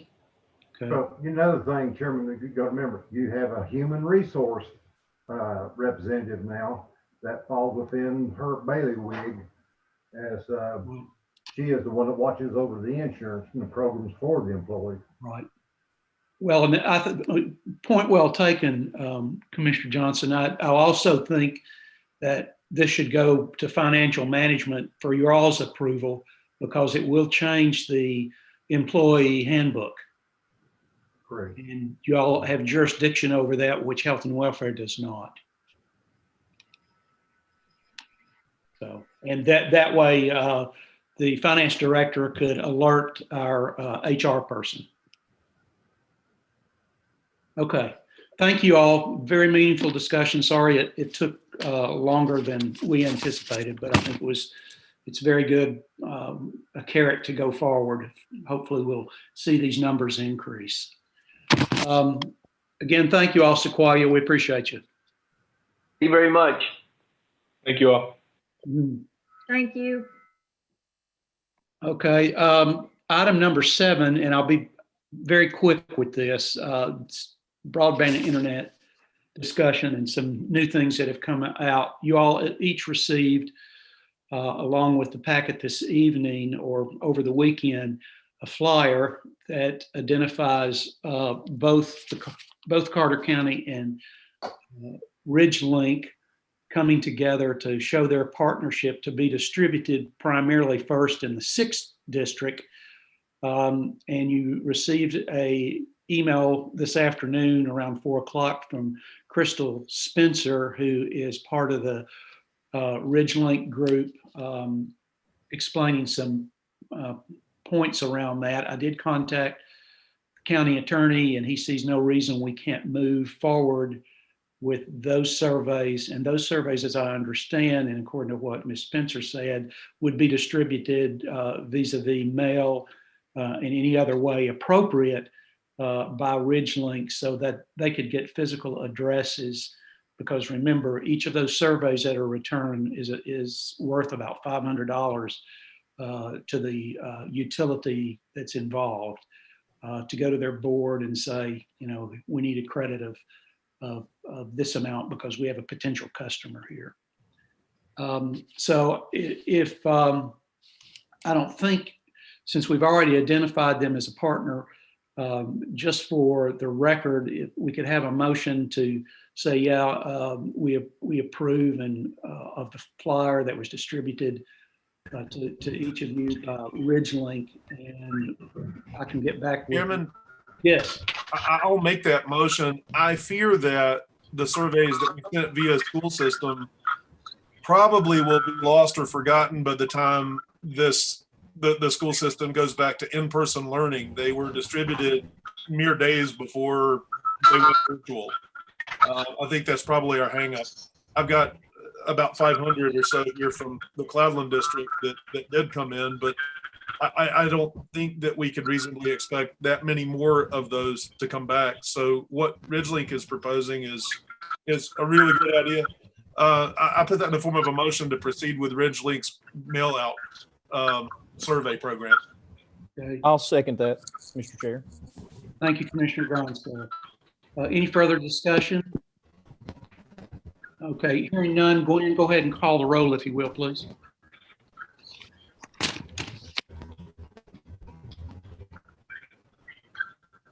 Randall Jenkins.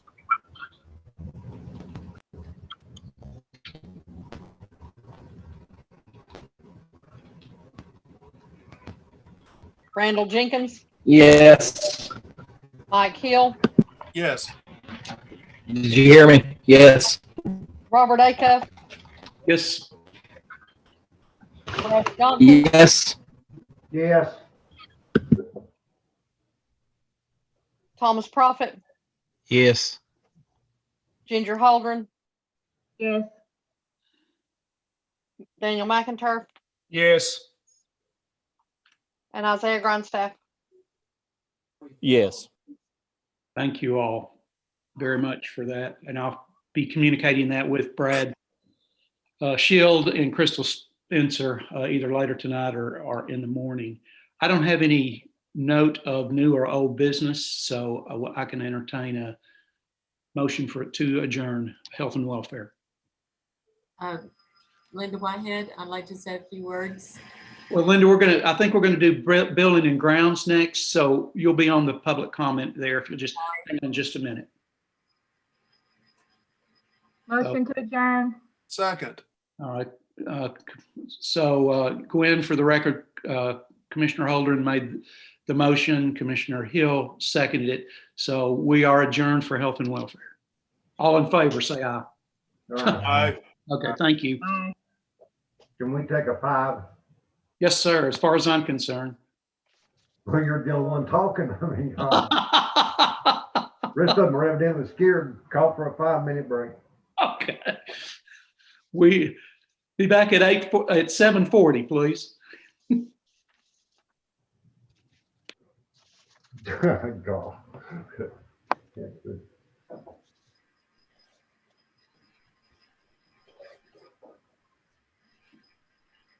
Now, don't forget mute your devices.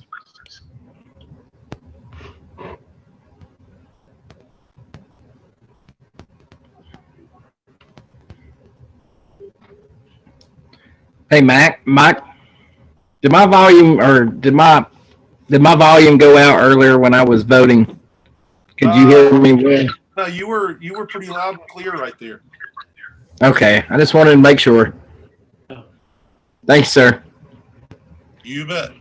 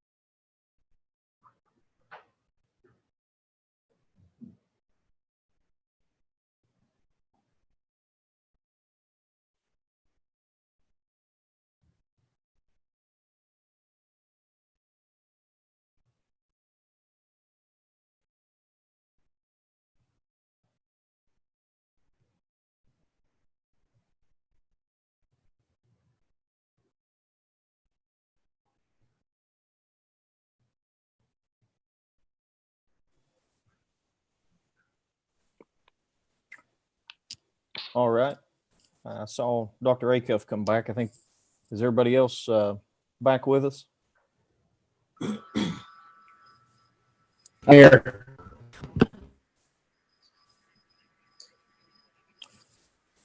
All right. We'll go ahead and call Building and Grounds to order. We'll let the existing roll call be in effect, and all 8 members present. If I can, we'll go ahead to the approval of the agenda. So moved, Mr. Chair. Acuff first.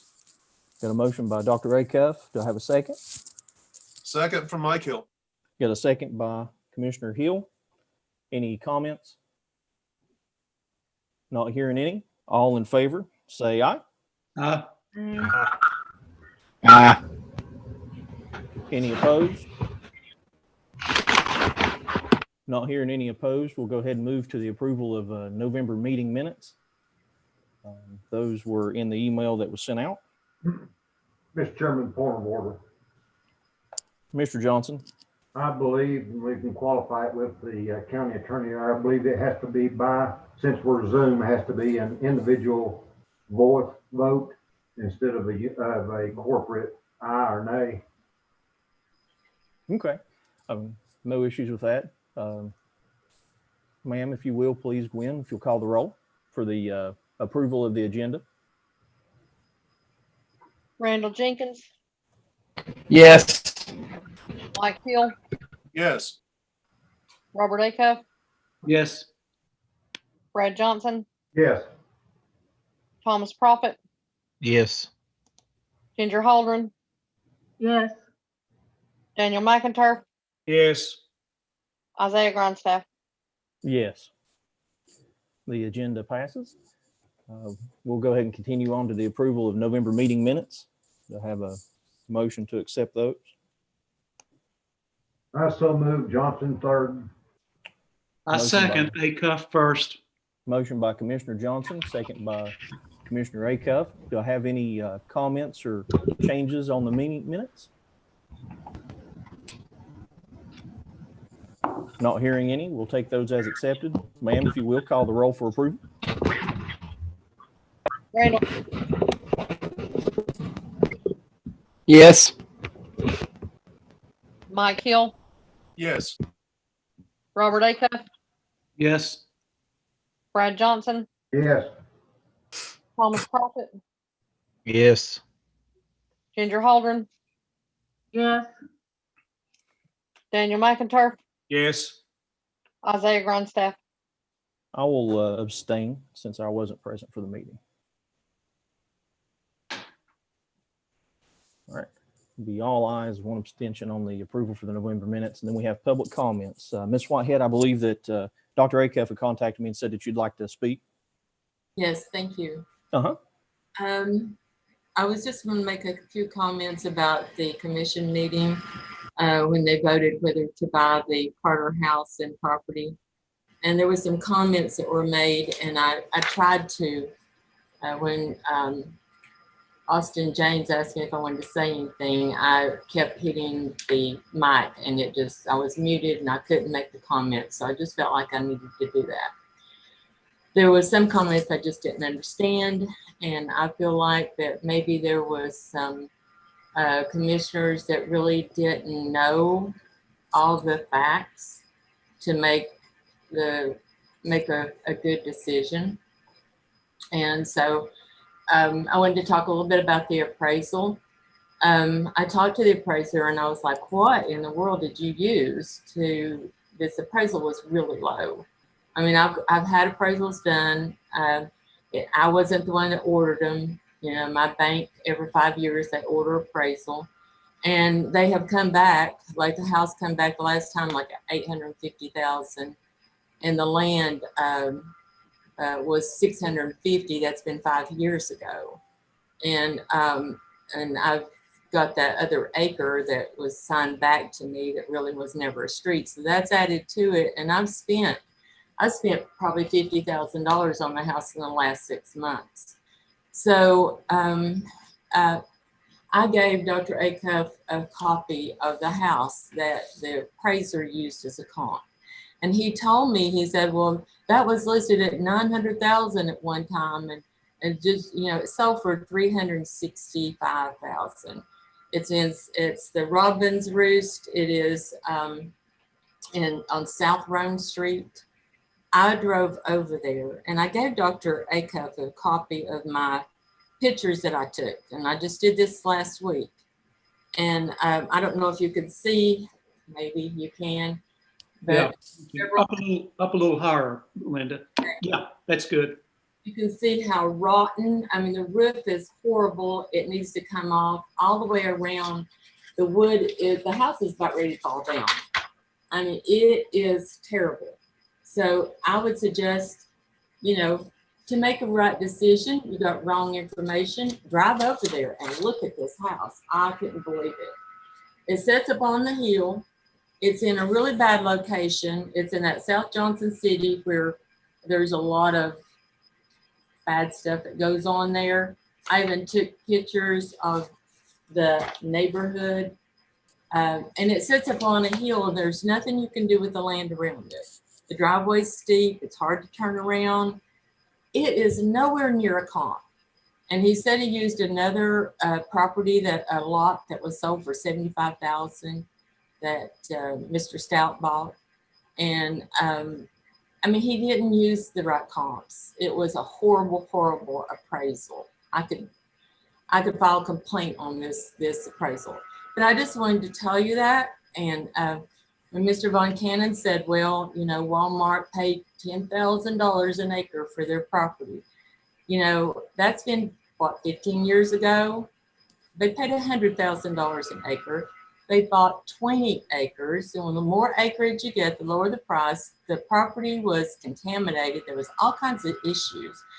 And so I even talked to him and I said, if you're going to go back in time to try to pull a comp, then let's pull Lone Star paid $1 million for 2 acres.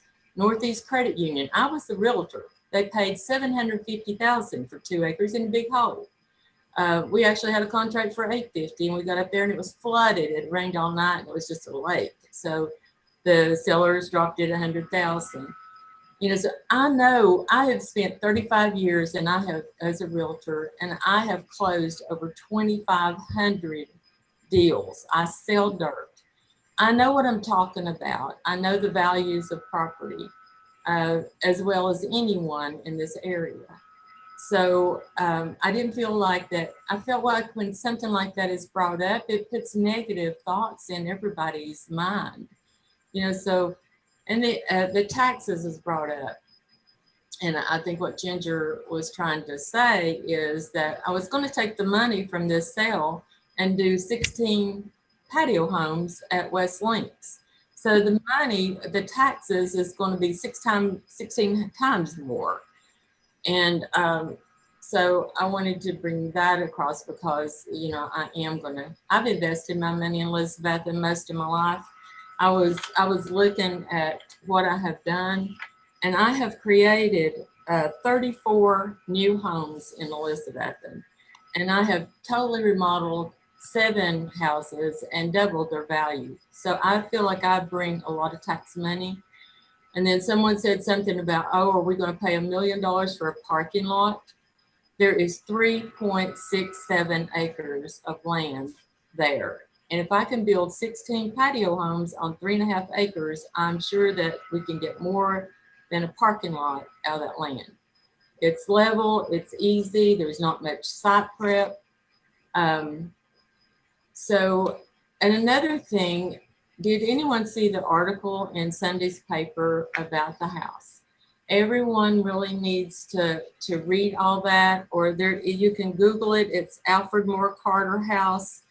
It says it's in a local, it is a local history gem. So I think that tells the value. There's value in that house. I mean, it is the Carter house that Carter County was named after. And I feel like that I saved that house. That house was falling apart. I had engineers, I had architects, I reinforced the foundation. I worked 1.5 years on that house. I have $1 million in it. And I have worked for 17 years trying to make that place, to preserve it, make it beautiful. And I feel like that I offered a really good price. And I'm not here trying to convince you all to buy it. Because right now,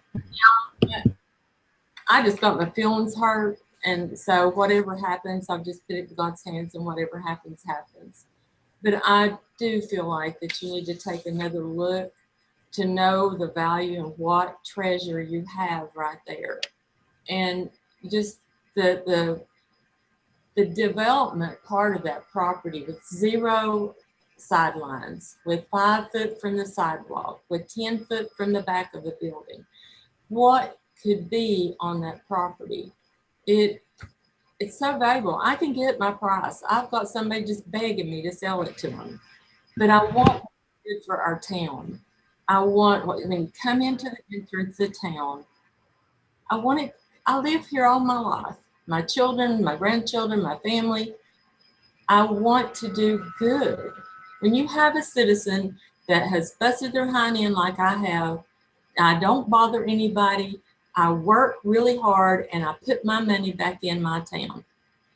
So those are the people that you need to look at. And I mean, I feel like I've made it a better area. And so none of that really matters. You know, I just felt like that you didn't really know all of the facts. You know, so I would just like for you to consider what I've said. So thank you for listening to me, and sorry to take up your time.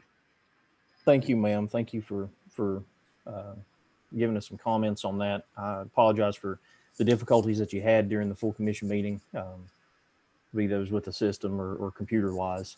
We definitely would have appreciated, I think, your comments when Commissioner James asked for them. And I think that that's something that we'll keep in mind as we transition into our old business section. So I greatly appreciate those comments. If and the time that you took to join us today. Well, I want what's best for Elizabeth, and you know, and I love it. It's a great place. We can make it better, and so I will continue to try to make it better, try to do more. As long as I'm living now, I've got my son buying properties and fixing up houses. So our family loves our town.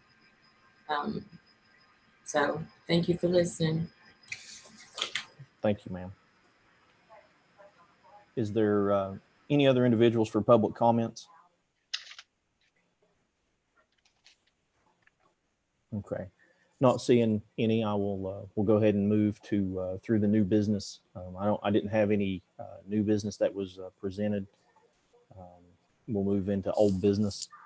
And first up is the courthouse security update, which I think as of the last commission meeting, last budget meeting, or building and grounds meeting rather, that it was the mayor has informed us that until after the first of the year, when those additional doors are brought in, that work has ceased on that. Is that correct, Madam Mayor? Yes, that's correct. Everything is finished. The project is complete, minus the doors, which will be mid-January before they will get back here to finish that project. And they're waiting on the doors to come in, and that's how long they're looking at that time frame for them to get here. Okay. And I'll add to that, at that point, once those doors get in, then the access card system on those doors, they'll be able to get that operational. And in the meantime, we'll start to be working with Jason Simmerly and TCS Telecommunications to finish out the door access controls over there, as well as over at the annex in the sheriff's office side. So just clue everyone in on that. Does anybody have any comments or questions about the courthouse security? Okay. Seeing none, we'll go ahead and we'll move into the Sluter property update. Madam Mayor. Still not really much of a change on that. We're still waiting on the maintenance guys to get up and do the water, sewer, and power. They've just been unable to, due to so much they've been doing around the grounds here. But that is a plan for the next couple of weeks to get up there. I've spoken with Director Schutler, and we're currently working on trying to get a building to house the fire truck and the EMS and the squad. So those talks are happening. So it's still a work in progress. Okay. And I will say that the grounds around look absolutely wonderful. Those guys are doing a great job, and so are you on getting those grounds cleaned up. Thank you. We've been it's been a process, but stuff's starting to really look nice around here, even though it is the winter months. The ADA transition plan. Chairman Gonstaff? Yes, ma'am. I'll just speak to that. I reached out to Director Gary Smith today and asked if he wanted to be present tonight and speak. And he said he's been working a rec for the past couple of days wasn't able to meet with me to discuss it or be at this meeting tonight. But he asked if, after the first of the year, if he and I could get back together and try to formulate a different plan to present to this committee. And I'm certainly willing to do that. So hopefully you'll hear something from us by February at the latest. Okay.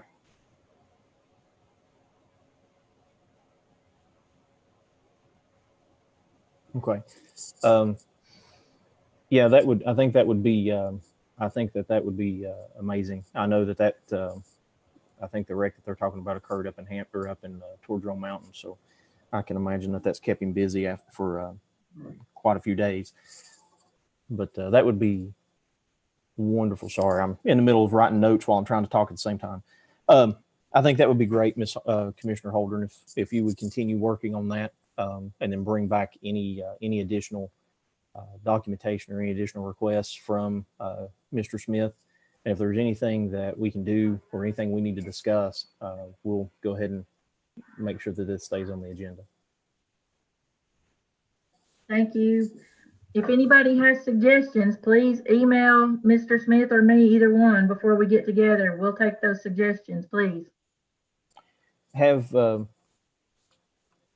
you been able, or do you know if Mr. Smith's been able to discuss with Finance Director Burke about the amount of monies that was supposedly set aside? I think it was $10,000 that was set aside to complete some ADA transition to kind of get that going on. Do you know if either one of you have communicated with him? No, I was thinking we had 15,000 to work with, but that may be a combination of new monies set aside plus what's yearly in the account put together. I'm not sure on that. Somebody else may have a better memory than me. Okay.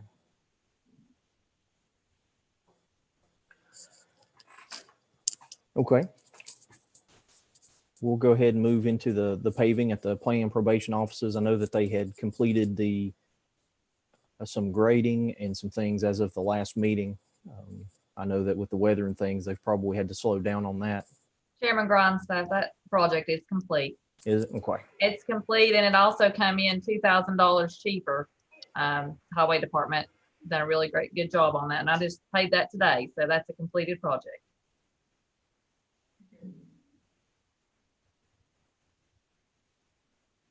All right, I'll take that off of our agenda.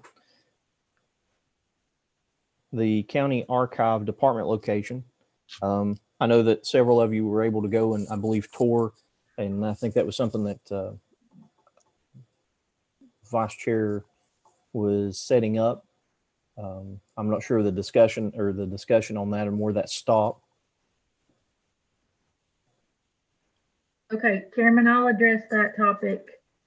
I want to say again, thank you to everyone who took time to come and tour that building. I greatly appreciate all the effort that you give to this county. I reached out to Ms. Roma Cowan today and asked if she had a price in mind or if she had an appraisal in hand. She does not. She has ordered an appraisal. Someone is working on it, but it is not ready to present. So we don't have a number to work from. But I think it might be good to open discussion to the committee to see if there are any comments about whether to pursue this or what they thought about it. Okay, the floor is open for any comments.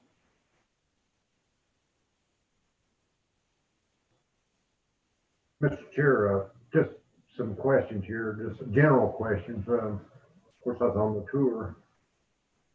You know, keeping in mind that is a residence and it was built as a residence and it meets residence qualifications. And keep in mind, if we purchase it, we'll be moving government or commercial into a residential built building. The rooms, you know, for the archives, you know, if you look at the design criteria that was put out 3 years ago, by the state, and then it was, they went and took that criteria and matched it to surrounding counties that has archives department, which pretty well matched. That structure is so cut up and so small because it is residential that, you know, that's going to run a cost up unbelievable. And two, the question that I asked, and I think I presented it to the mayor and the others, we presently have our storage for all of our departments and department heads now located up in the building at the Workforce Development Building, and which they have already stated, you know, they have quite a bit of space still available. Well, to correlate the two, if you've got the record storage and you're the archivist, do you want to separate them, or do you want them to be together to where whenever the request is, it is immediately at their beck and call or at their hand? There's several things about that. Now, looking, I don't know if James paid or looked at it and all, but you know, you look at that building there,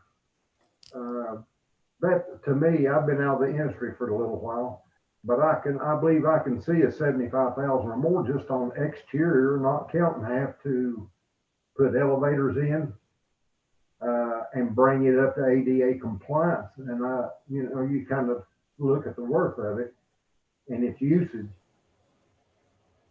I'm not opposed to it. It's just those facts just need to be addressed and looked and, you know, talked about. Chairman Grunstaff. Ma'am. We do, if we are talking about the archives, the fund that is set aside for that is, the money is to can be used to renovate a building that's currently owned by the county. Just something to keep into consideration. There is $500,000 in that account at this moment, and it does draw at least $110,000 a year. Just wanted to let the committee know that option is there also, and it's waiting on us to make a decision on it. So it's there available for any type of renovations that if we do own a building. Thank you, Madam Mayor. So I have a question because I'm coming into this. Of course, I don't think I can have questions as a chair, but I'm going to this time. I have a question since I'm coming into this and trying to get back in after being gone for a while. We have multiple buildings that we're discussing and that we have been discussing, and I know that the workforce development complex keeps coming up as, you know, current storage location for records and things of that nature. At the time, I was under the impression that was to be a temporary to mid-term storage location, that was not going to be long-term. And in the conversations that this committee had or has had with Dr. McAbee about utilizing and the uses for the workforce development complex, I think that we're hitting we're going to have to make up our mind. We're going to have to decide whether or not we're going to look at the workforce development complex as a whole and dedicate that primarily to school related uses, whether that be Carter County schools or Northeast State or whatever that may be. Or if we are going to utilize that for offices ourselves, be that archives or extensions of other offices that currently exist, or if we're going to commercialize that and continue to rent that out in some format. And so I don't know how the committee feels about this. I think that, you know, this has been something, the workforce development's been something that we've kind of kicked around for a year and a half now, I think, from the bits and pieces of conversations I've been in.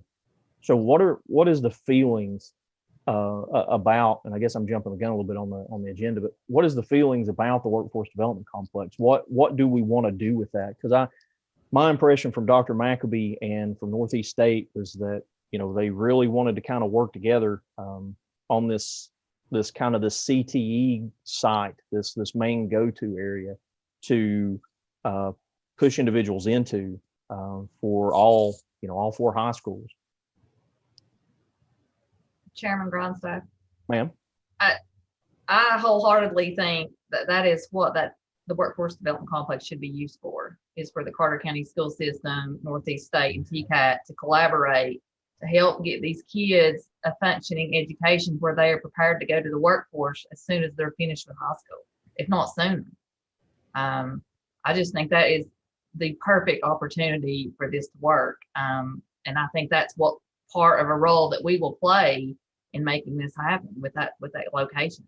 Those are my opinions, but the collaboration is already happening with Northeast State and Mr. Blevins and Dr. McAbee. We had that meeting week before last, and everybody is super excited about this opportunity. So I guess the next piece of the puzzle is the location, and then I think that's where this committee comes into play. And I really think it's an opportunity to be able to showcase the talent that we can push out into the area. Chairman Grindstaff. Ma'am. I would like to either amend the agenda to let Dr. McAbee speak right now, or I would like to postpone this discussion until after he speaks, please. Ma'am, I'm perfectly fine with recognizing Dr. McAbee. I don't think an amendment to the agenda is necessary, especially since he's the director of schools and this is a topic of interest for him. Go ahead, Dr. McAbee. Good evening, everyone. And I'll just go ahead and speak to a bit of what Mayor Woodby was talking about. We met the other day with Dr. Bullock and different ones. I didn't write everyone's name down, but there's a Chelsea Rose, I think a Dr. Hogan, different ones from Northeast State, and then Dean Blevins from TCAT.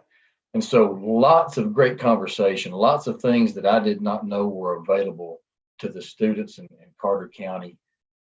And by all means, Mayor Woodby, you jump in, you were part of that discussion and may have some nuances to add that I forget about.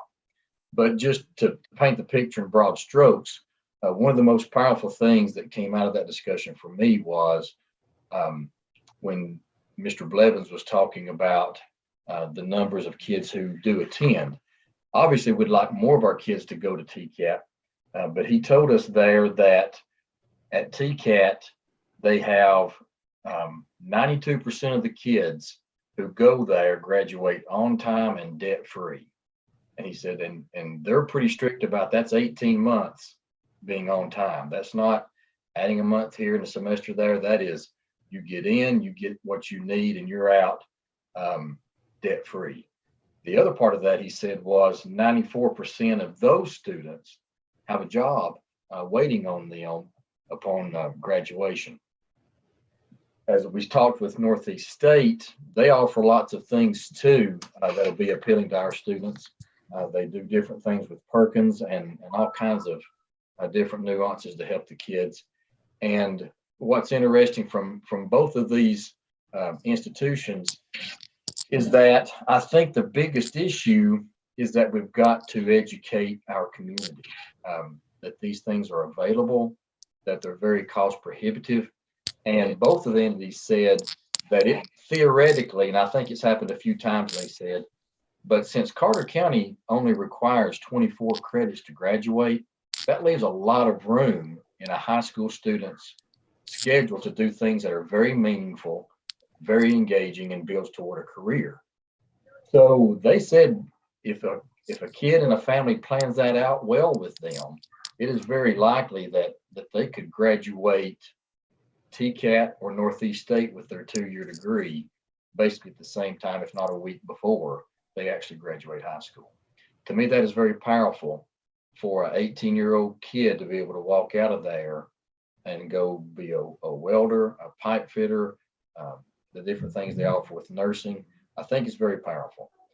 So all of those conversations were great. Very much as Mayor Woodby said, a lot of excitement, a lot of engagement, a lot of want to meet and follow up with these things.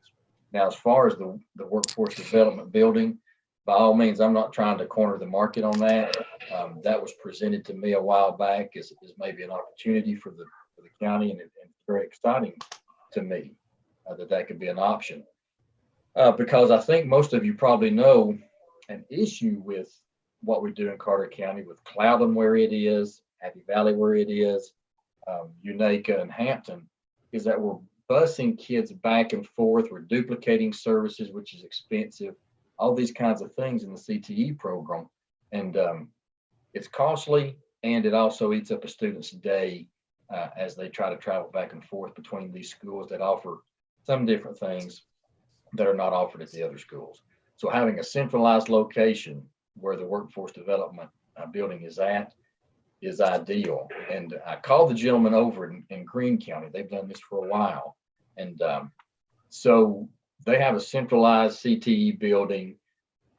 Half the students show up there of a morning, get everything they need by lunch, leave and go to their school to get the academics. The other half of the students, they start out at their academic school, get that over at lunch, they're brought there and finish their day up there. We see the same model being able to work very good there at the workforce development building to really serve the kids in Carter County. So that may have been more than what you wanted. I'll be quiet and I'll entertain questions, but by all means, it was a very productive, a very exciting meeting between those two entities, and with Ms. Woodby being part of that, I think there was a lot of goodwill there for sure. Thank you, Dr. McAbee. I apologize. I didn't see you on there, and thank you, Commissioner Holdren, for seeing him and bringing him to our attention. So anybody have any questions for Dr. McAbee while he's on the chat there? Yes, I do. Okay. Are you far enough along, sir, to know where different classes might be housed, or if it would take both buildings or just one building? Do you have any idea about that kind of stuff? So previously, we were asked to get together some square footage of what we would need from all of the schools. And I asked Mr. McLean to turn that in to you guys, or maybe Mr. Taylor. But anyway, hopefully you've gotten that, and maybe Mr. Johnson can speak to that. I think he was one of the ones discussing that square footage idea and making sure we'd have enough room. So that is there. As far as needing both buildings, I don't think that would be required. As we toured, I've been over there 3 different times with different folk to look around. With the big bays out in the back with the overhead cranes, there's lots of things for what Mickey Taylor calls the Carhartt classes. There's lots of area for that. Within upstairs, you've got lots of rooms that could be used for the academic part of a Carhartt class. So it seems like one of those buildings would be plenty. And the other thing that's great in my way of thinking is the proximity of TCAT, obviously, but also just walking across, if Northeast State does stay in one of the buildings as well, that's a huge advantage. One more thing that I just thought of, that talking about buildings, that Dean Blevins said, they're doing a big construction job somewhere there in, I think, Washington County. And he said how that helps Carter is a lot of those students from that area are coming to Carter County and filling up the spots here. So there's waiting lists. As soon as that building is finished there, that group of folk will stay there and open up many more spots and opportunities here for the students in Carter County. So I think that will work to our benefit as well. But Commissioner Holdren, to say we need both of those buildings, I don't think we would need both. I think one, that back building, it's got all the big bays in it, I think that would be doable for what we would need. Okay, and I'll add something to that. I was looking at those numbers that you had sent out. Commissioner Holdren had actually forwarded those to us back in the end of October, November timeframe.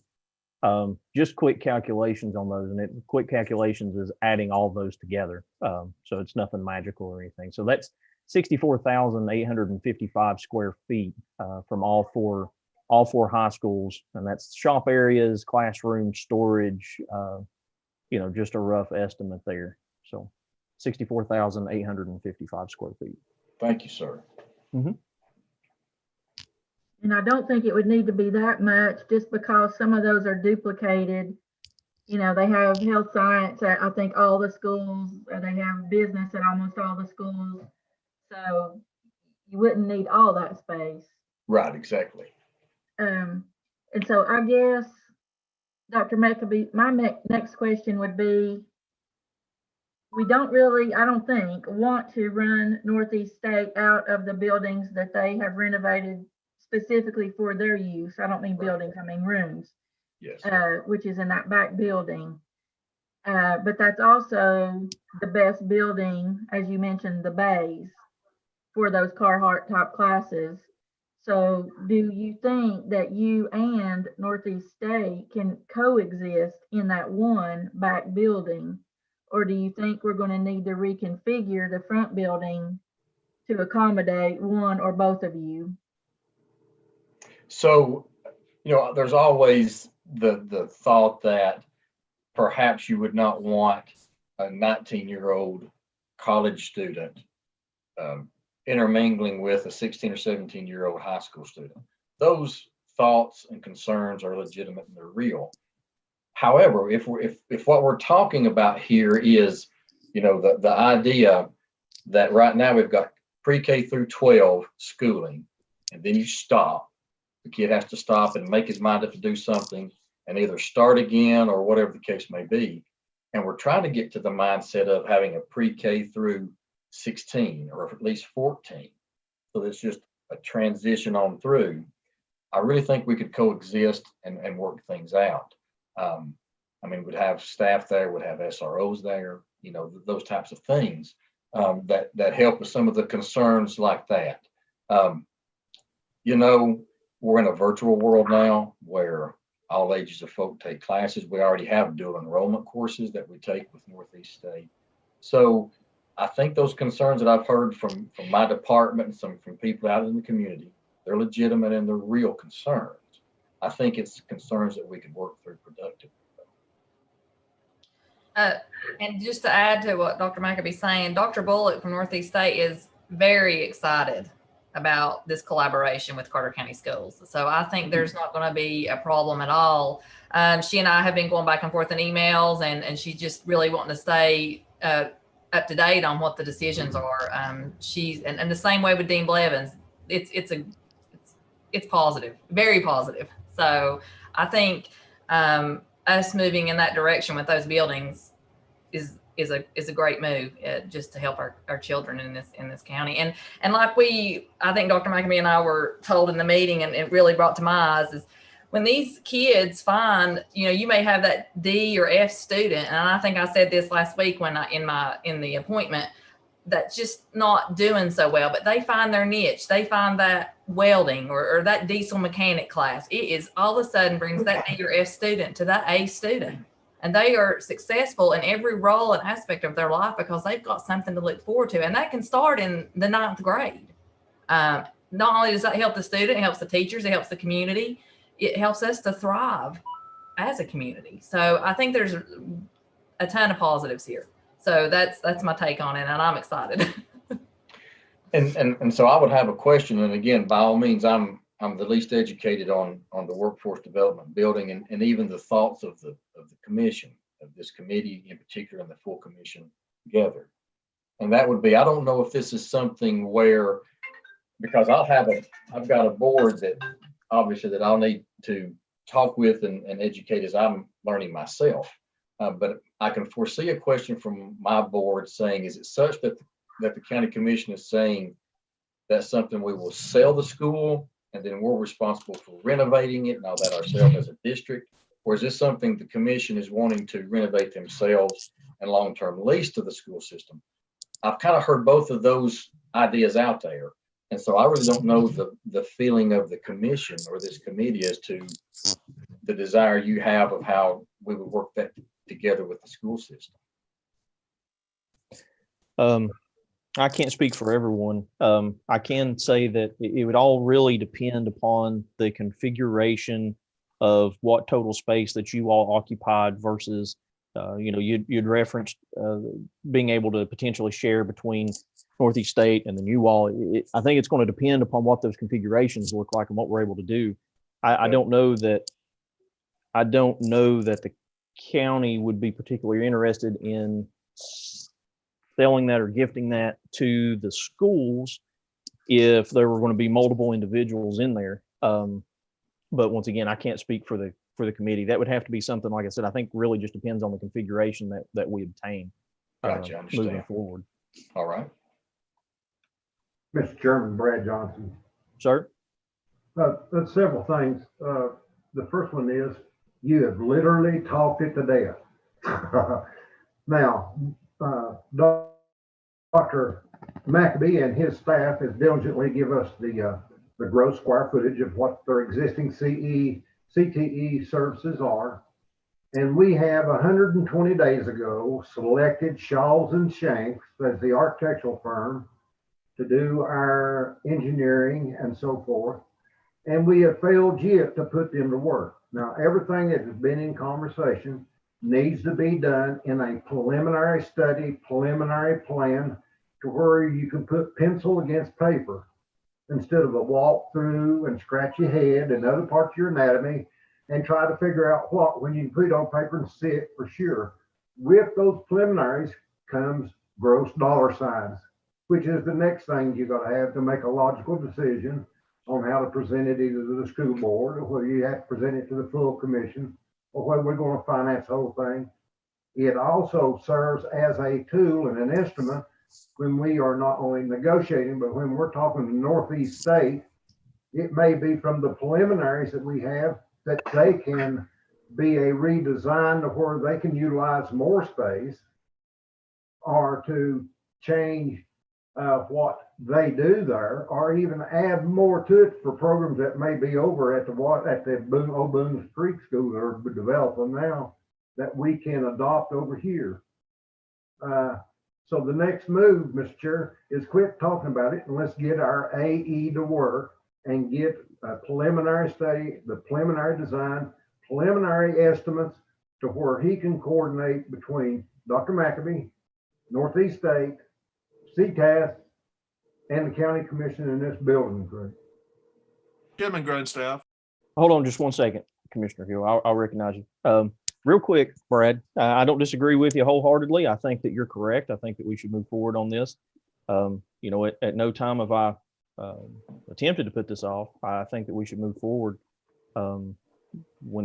After Commissioner Hill speaks, the floor is open for anybody to make any sort of motion or that they desire. And I do appreciate you bearing with me. I understand that you all have had this conversation on multiple occasions. This is only the second time that I've really been involved in this conversation. So I'm just kind of getting up to par. And I think later on in this meeting, we're going to have a conversation about Shaws and Shanks and actually putting them to work with the chancellor's door. So Commissioner Hill. Thank you, Chairman.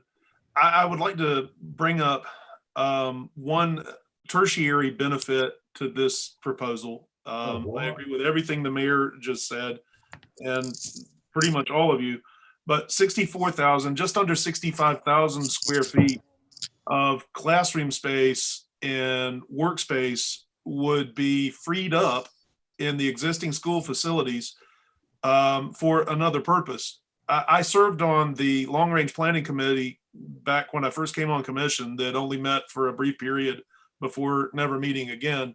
And the express purpose of that committee was to formulate a plan to attempt to eliminate the temporary classroom trailer parks out from behind each of our school facilities. And 64,859 is what I came up with feet of space in existing structures would probably go a long way toward accomplishing that. And with that, I would like to bring a motion to the floor to request of the attorney firm we have on retainer to draft the preliminary studies that Mr. Johnson was describing here. All right. Chairman Hill, or Chairman, I've already signed the contract with Shaw and Shanks for those studies.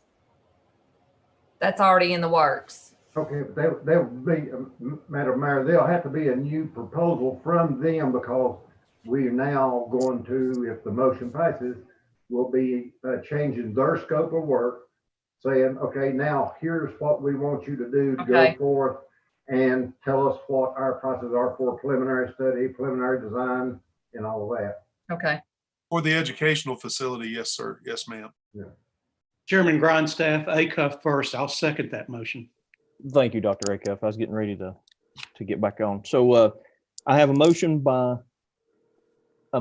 Commissioner Hill to go ahead and approach Shaws and Shanks with estimates for the educational facility at the Workforce Development Complex. Second by Commissioner Acuff. Now, any comment, any discussion? Actually, I have a comment or discussion if you want to call it that. What was, Madam Mayor, what was signed for Shaws and Shanks? What was that? This was, I'll just read it to you, to provide normal architectural engineering and interior design services for the remodel of the Great Lakes facility. The architect should provide complete design of the first building consisting of 26,554 square footage, 2-story building, and a second building consisting of 85,370 feet of square footage, 2-story building. And there's quite a bit more that they plan on doing. Chairman Grindstaff, Ma'am. when I spoke with Tim Shaw last and Attorney Harden, a contract had not been presented yet, so I didn't know that Mayor Woodby had anything at this time. Yeah, it came to me in the mail today, actually. Today, okay. Yeah. Mr. Chairman, Daniel McInturf. Yeah, Mr. McInturf. Is this based on both buildings or just the one that's been in discussion? So to catch the blind leading the blind. Let's see. So try to catch back up and. Sorry about that. No, you're fine. And Commissioner Holder, if you will, you can chime in at any point. So originally, the county was wanting to entertain thoughts on remodeling, updating, basically just bringing both buildings up to date and including any design work at that point in time that we could consider. In the process of doing that, this actually came up about the now what we will call the back building as use as a joint CTE site or a CTE site between all 4 high schools with Dr. McAbee. And as since, I believe that idea, from everything that I've seen, has taken off quite exceptionally well between Dr. McAbee, the county schools, Northeast State, and as well as with Tennessee Tech being so close. I think pretty much the conversation that we're having right now has kind of directed us to the back building. We need to go ahead and get design work and estimates on for what we need to make that, considering what our preliminary estimates are on square footage for Dr. McAbee to join, kind of join all those together, those vocational areas together.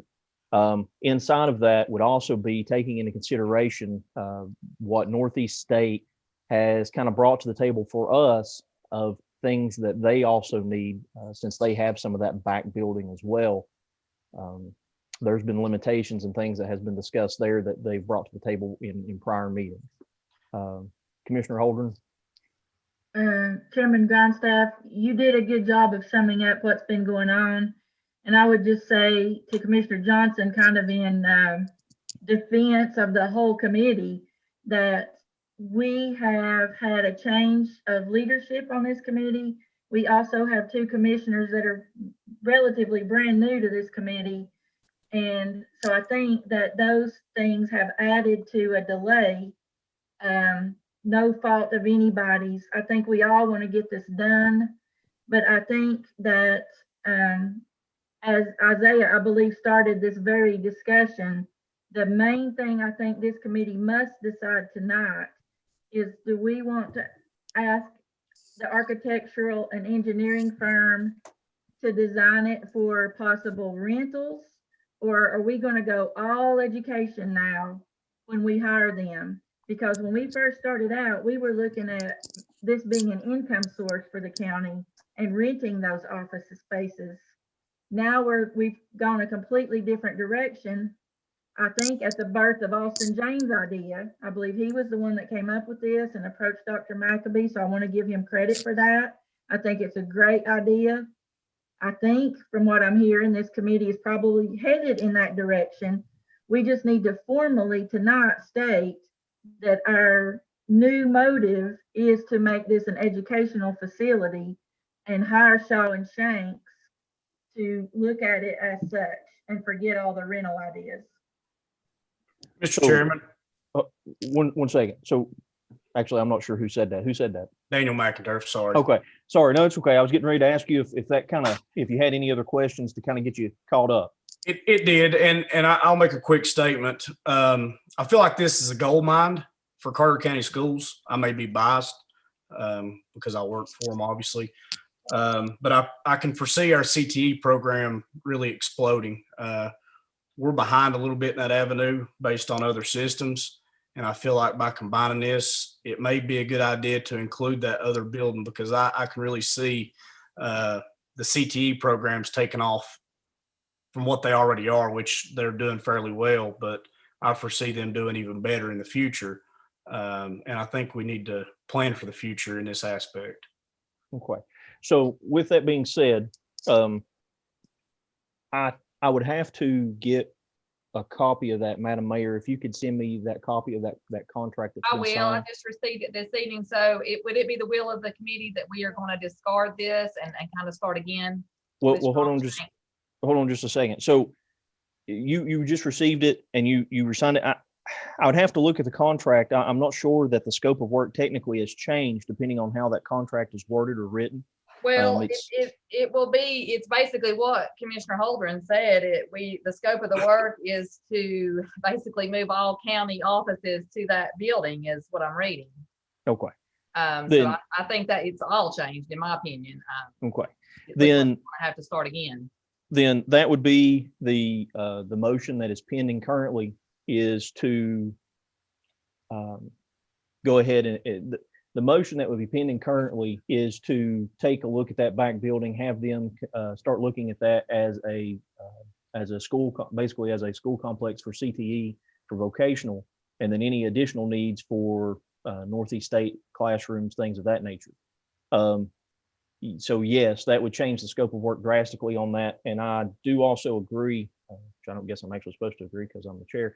Do I agree with Commissioner McInturf? I do believe that the also need to go ahead and give consideration to the first building as we're looking at this, even if it is just to update that as well.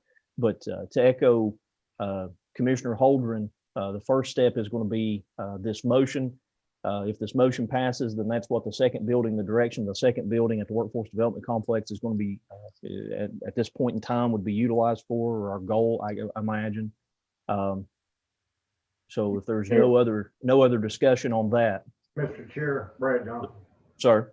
There's some things that maybe it's not fully understand or you hadn't grasped. For number one is besides of that, I didn't in my comments wanted to insinuate or anything that anybody's dragging their feet because we got new chairs. And if any of you are offended by that, well then I'll deeply apologize to you because you misunderstood it.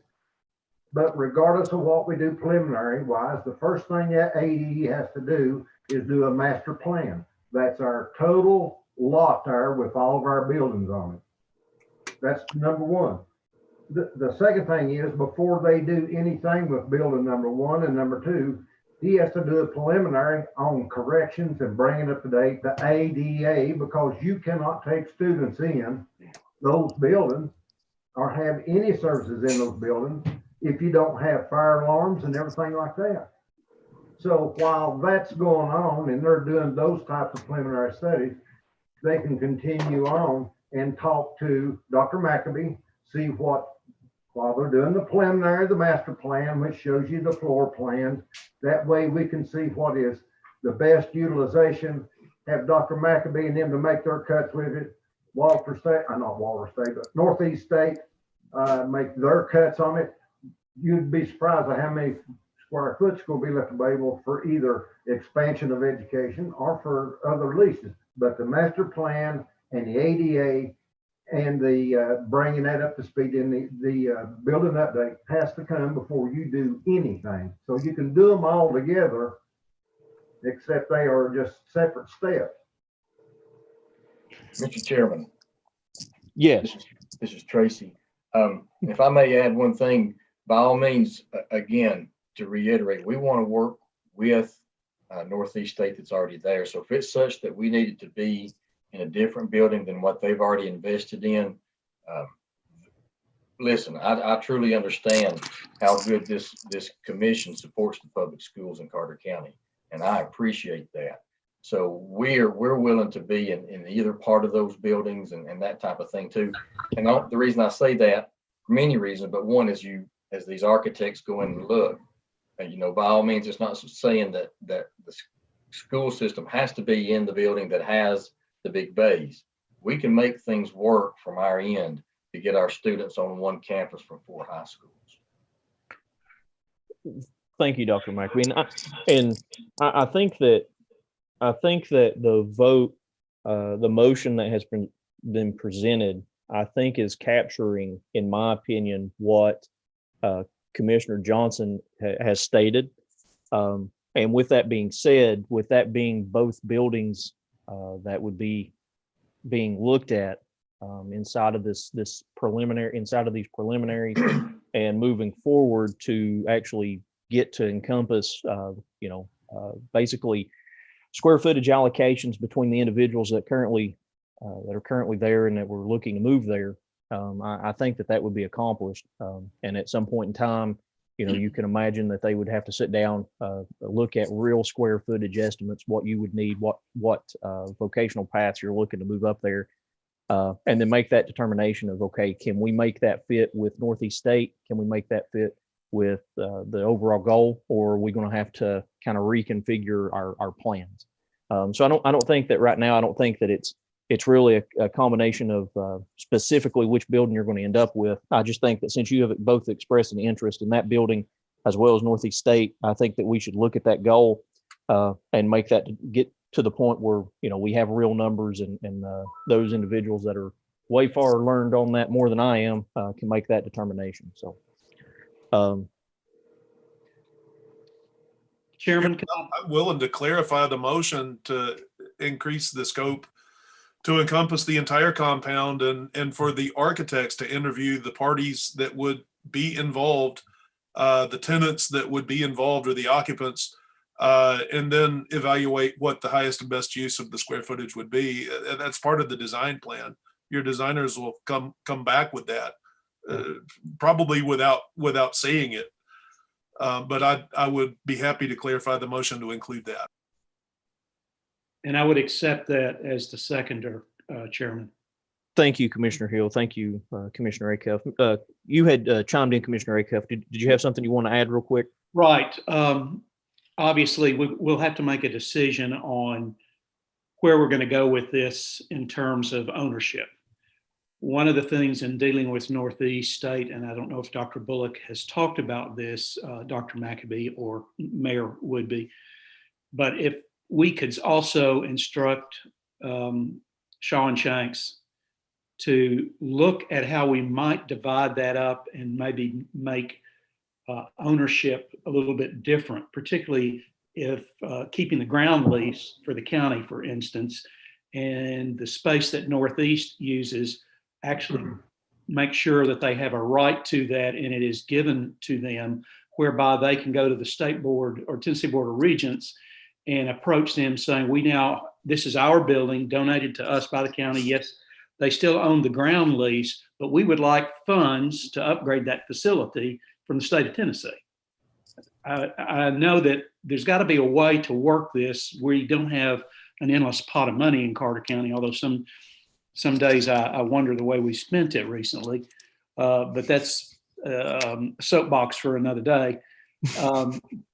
But I do think we need to keep these things in mind, because if we can get other people to commingle with us their monies where it doesn't cost the county, I think we'll be better on the outcome and hopefully attract some additional funding that doesn't come from Carter County citizens via the tax base.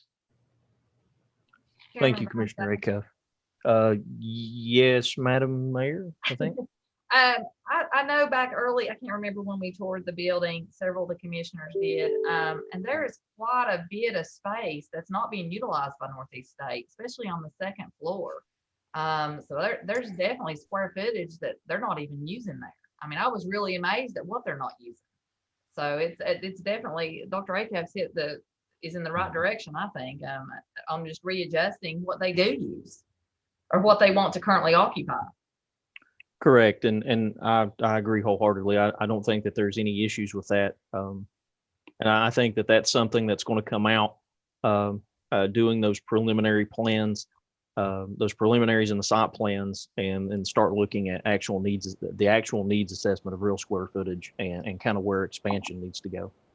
So with that being said, we have a motion and a second, a motion by Mike Hill and a second by Dr. Acuff. We've had quite a bit of discussion. I think we'll go ahead and call the roll if everybody is clear on the motion.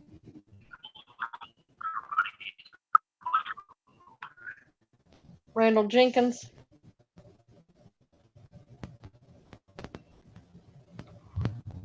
Mike Hill. Yes. Yes. Robert Acuff. Yes. Brad Johnson. Yes. Thomas Prophet. Yes. Ginger Holden. Yes.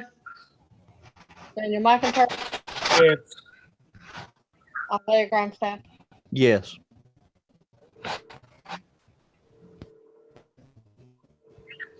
That'll be all ayes. Chairman Grindstaff, Ma'am? I didn't want to delay the vote, but I would like to ask a question before we move on to a different topic. Okay, ma'am. And I see that Attorney Harden is still on here. So I would like to know if Shaw and Shanks ever did get in touch with Attorney Harden before they presented a contract to our mayor.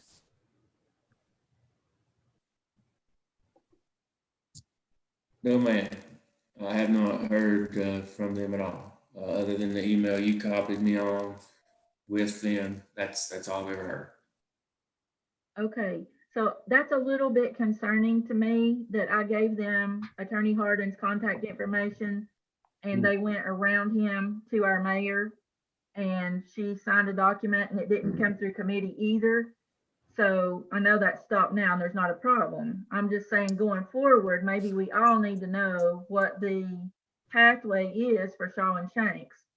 I don't know whether they need to do all communications through Attorney Harden, all through Isaiah Groundstaff. Just somebody needs to state that tonight, and then they need to be told that going forward. Okay. As the chair, I can tell you how some different things have worked in the past, and then get the I guess the commission's feedback on that if that's how you kind of want it to be for now anyway. So different things that we've done in the past as far as communicating, as the chair, even though you all have selected me to be the chair of this commission and help kind of direct and delegate different pieces and components, I'm not available. I have a job. I'm not available all the time, just like many of you are. We've ran into situations on the courthouse security where they needed me in the past, and in fact, currently they needed Austin, and Austin had to dedicate multiple hours of time to be there. And I don't think that that's fair to ask an individual, to dedicate multiple hours of time, multiple days to do so. My opinion is that even though this is Building and Grounds Committee and that we help direct what needs to be accomplished with the buildings and grounds, ultimately the grounds and the buildings are under the authority of the mayor, especially 801 East Elk, and in this case, especially the Workforce Development Complex, since those individuals that maintain that building do fall under her building and grounds budget.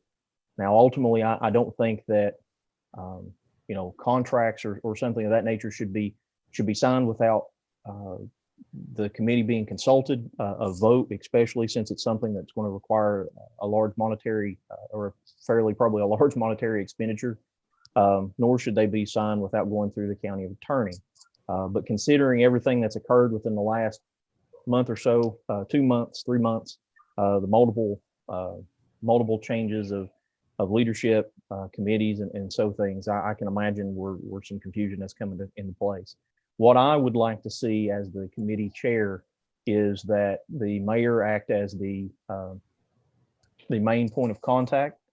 If a contract is sent to her or information sent to her, if she has any questions, then she always can forward that contract to county attorney for his review. If county attorney has any questions or issues, then you know, he can address those with her, get the contract ultimately prepared, give copies of that to us as well, so that if we have any questions or changes about the scope of work or anything that needs to be done, ultimately we would be approving those contracts. The full commission would then approve those contracts, and then she would be given the delegatory authority to sign those contracts. Madam Mayor,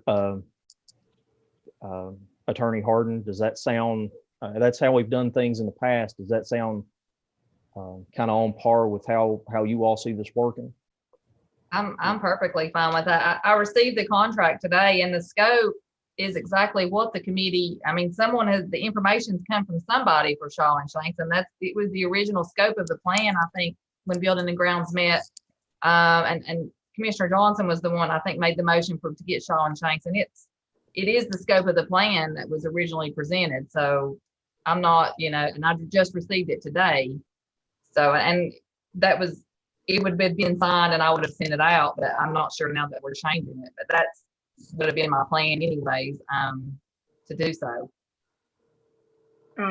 That scope of work was written by, at the time, Chairman James and Vice Chairman Holdren. We wrote that and sent it out. But that has been several months ago, before the education was discussed. Yeah, it was. And it's right on par for what we were talking about previously before this discussion. So yeah, so it's a good thing it all happened today. I'm glad. So now we kind of know how the path should work. Attorney Harden, does that sound okay to you? Is there anything that needs to be discussed at this time you can think of on that?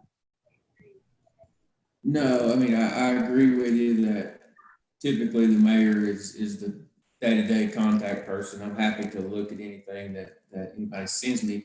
And yeah, I usually do review all contracts or any contracts anybody sends me before any department enters into them. So I'm happy to do that whenever anybody sends anything to me. But certainly day-to-day contact person for the architecture firm, I think, would be the mayor's office. And I will present those to you, Josh, for review, and then we will go to committee after that. Sure. And if you will, when you send those to Josh, if you could copy me on those, I will. Madam Mayor, and then that way we can go ahead and maybe get those sent out. I know Josh tends to look for, you know, the legal issues as opposed to the scope of work, and then that can be just a double check on those, that if something does need to be changed, then or brought up to the committee, then we can do that at that time. I will do it. Does that answer your questions, Commissioner Holdren? Yes, sir. Thank you. Okay, no problem. Okay.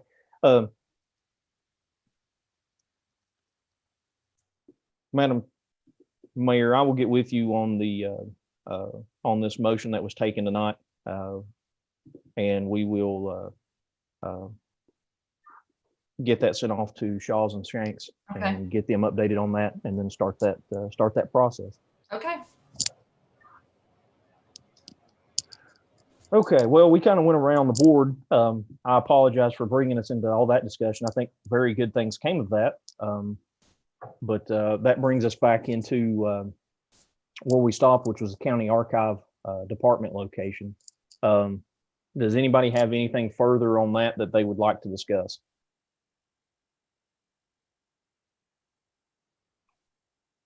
Well, I would just like to say that I recognize everything that Commissioner Johnson said about the age of the building, the original objective of the structure being different than what we are potentially discussing now. But I don't know of a more beautiful building that we could have for our archives.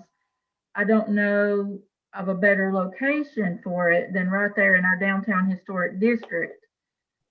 So I'm still very, very much interested in letting this play out and see what it appraises for and what, you know, I'm wanting to stay open-minded about looking at it going forward. And you said that, excuse me, you said that she had, they had ordered an appraisal, and that was pending. Yes, and Did I she was give- glad that she did because I felt like that was saving our county the money of having to do that ourselves. And Did she, also, now that we've taken the direction we have with the workforce development building, if we stay on that pathway, it is not an option for the archives anymore. So we do have to consider another location. did she advise when, like, an estimated date when she had done that? Or when she's No. expecting that?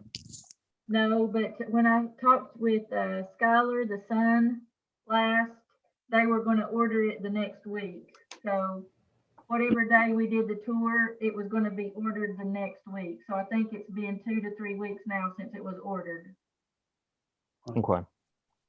Commissioner Holden, how many more buildings was that set up for or is allowed to be built on that lot? Well, I can't speak about city ordinances for how many can be built there, but they have design plans for 2 additional buildings, one to the left and one to the right. Thank you.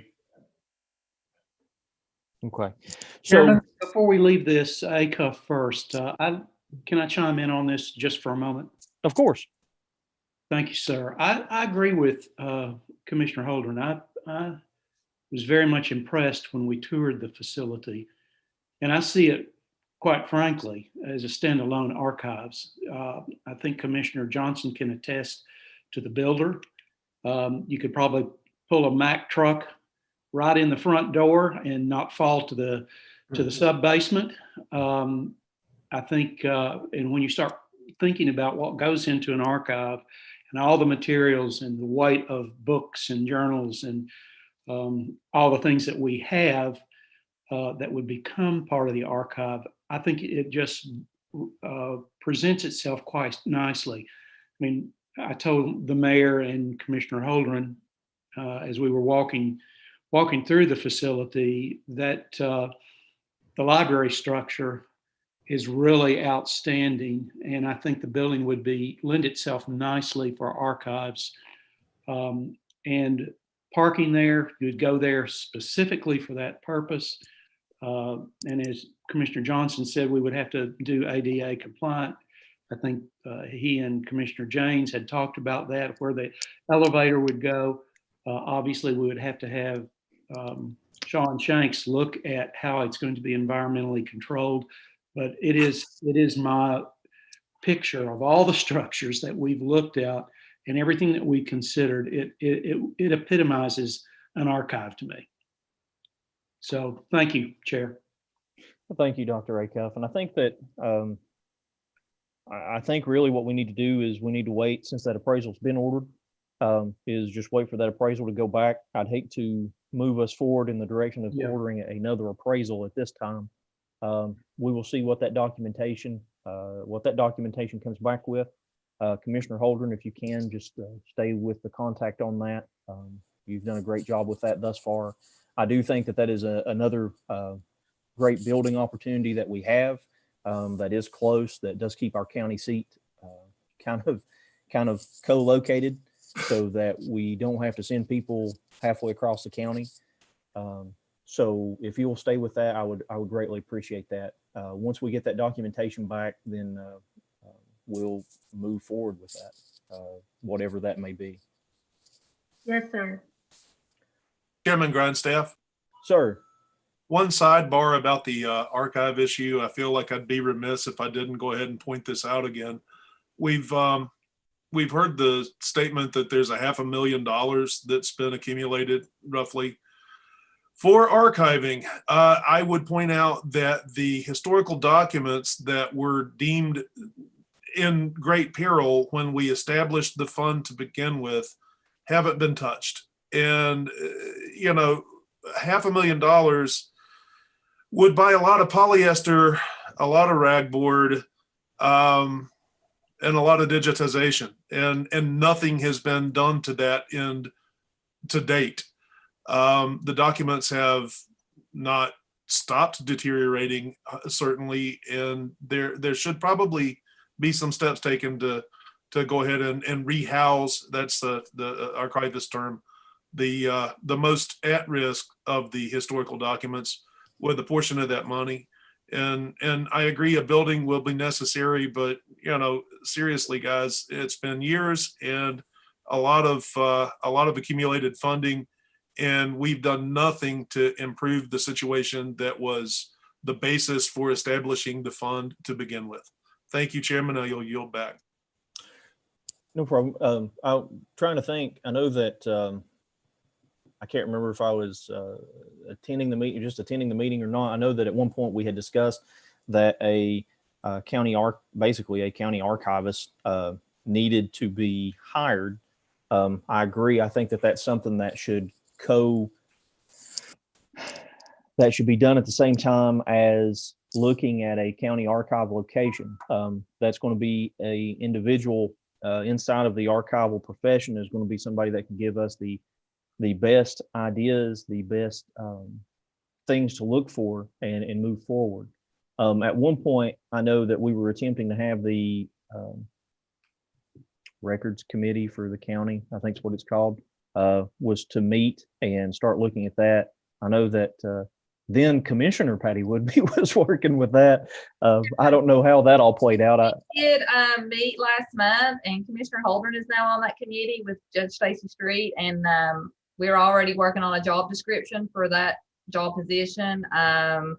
Already talking about several things were accomplished during that meeting. So that is in the works. I'm talking about hiring an archivist. And we are reaching out. I've reached out to Mayor Grandy in Washington County. He's trying to give me the bones of how they conduct their, if it's overseen by a committee, if the archivist answers to the mayor, who does the archivist fall under? And so he's getting me all that information on how they conduct their department. Awesome.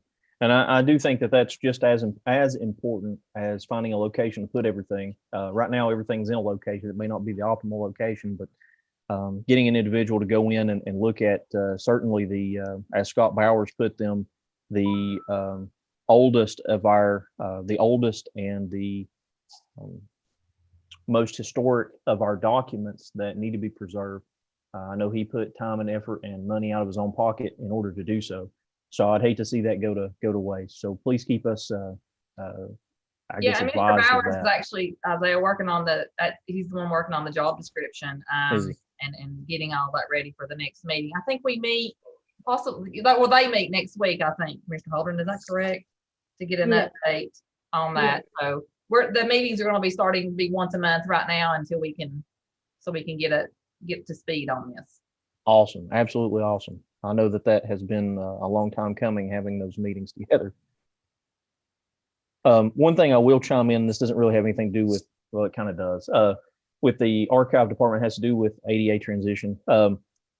Commissioner Travis Hill had actually sent me a brief message stating that out of the governor's local government support grant, that $25,000 was set aside for ADA costs in the 2020-2021 budget. So just for everybody's information, I'm not exactly sure how that adds on to any additional monies in a reserve, but at least $25,000 is there. So thank you, Chairman Hill, for sending that information. We'll go ahead and move forward with building and ground supervisor. It's worded on the agenda, necessary or not.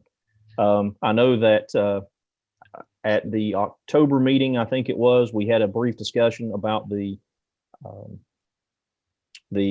facilities maintenance supervisor job description that had been sent out by Commissioner Holdren that had been drafted.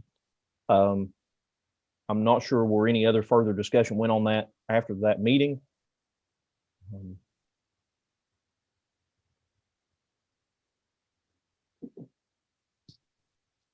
Does Anybody want to chime in?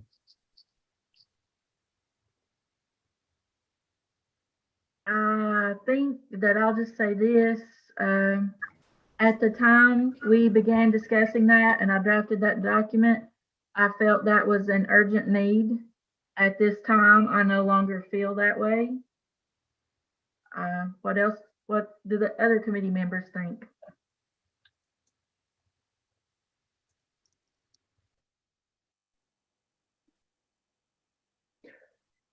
I know at the time, on top of it just being a facilities maintenance supervisor, it was discussed that basically the creation of a whole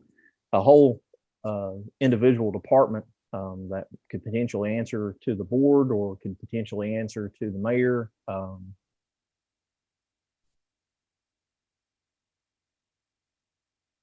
Does anybody believe that we should? Does anybody see any reason at this time we should move forward with this, or should this be taken off the agenda? I guess is the best way to ask that question.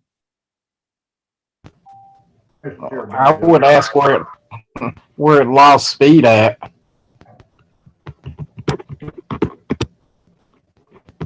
Okay, I had Commissioner Jenkins, and then I think I heard Commissioner Johnson as well.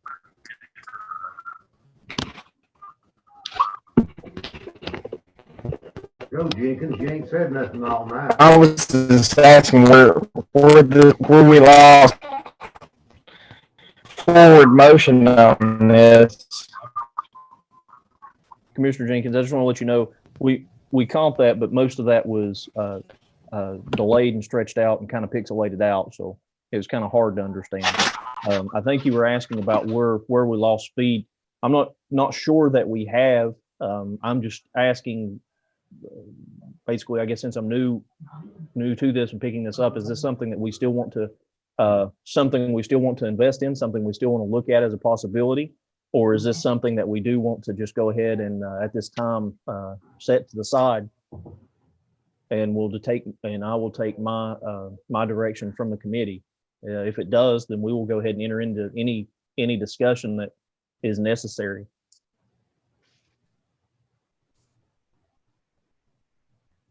Mr. Chair, Brad Johnson. Sir.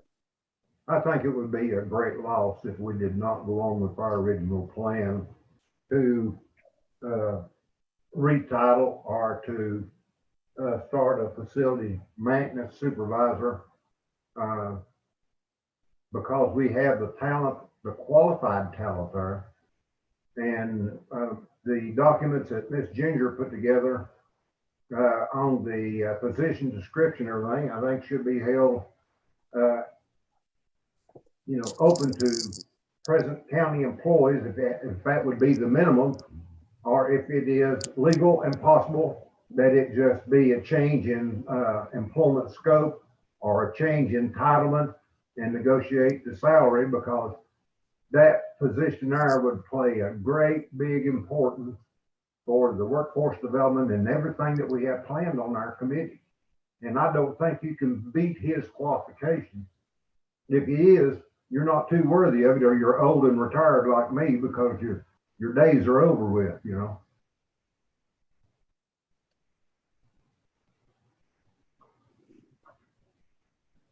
Okay. With that being said, Commissioner Holder, and I'm just going to pick on the document that you have, and I apologize. I think I'm not sure if Commissioner Profit has this, and I'm pretty sure that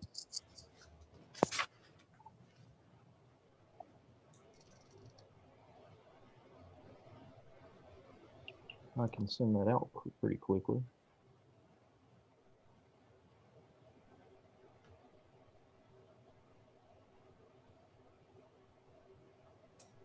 I apologize for the delay.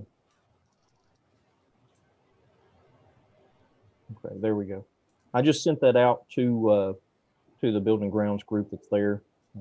So you all should get that. Please let me know if you don't. It's something that you all can be looking at. I don't think we're going to necessarily vote directly on this today. However, we do need to have the discussion. The way that this is initially written is that is that I believe that this individual works directly under the mayor and would be responsible for several of these or most of these facilities maintenance projects that we have going on. It's kind of the position, I guess, that we have already placed, kind of put an individual in as far as requiring him to make sure that different sections of this is completed. It would just be formalizing a position, placing that individual where the commission feels that they need to be, and then discussing, anything additional, be that monetary or non-monetary, that would go with such duties.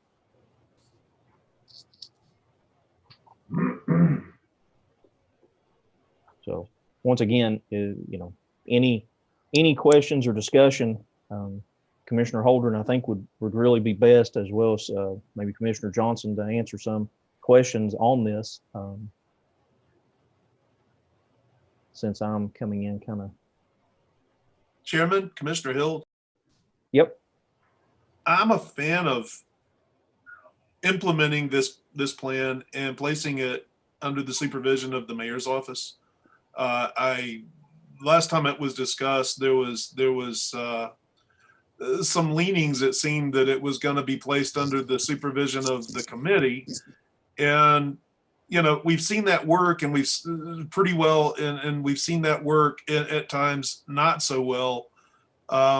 I think a position like that would need that point of contact, and the county mayor's office ideally is that central hub. So with that, I would be in favor of pushing forward and putting this thing to bed. I think we have identified a really great candidate, and I think all the pieces are pretty much in place at this point. Okay. Chairman Grindstaff, Ma'am. I have some reasons that I'm not as excited about this anymore. One of which is fiscal. If you look at what the full commission has done in the past several months, we have increased payroll in the finance department at the rate of $100,000. We have increased recurring funds in the landfill about 30,000, sheriff 70,000.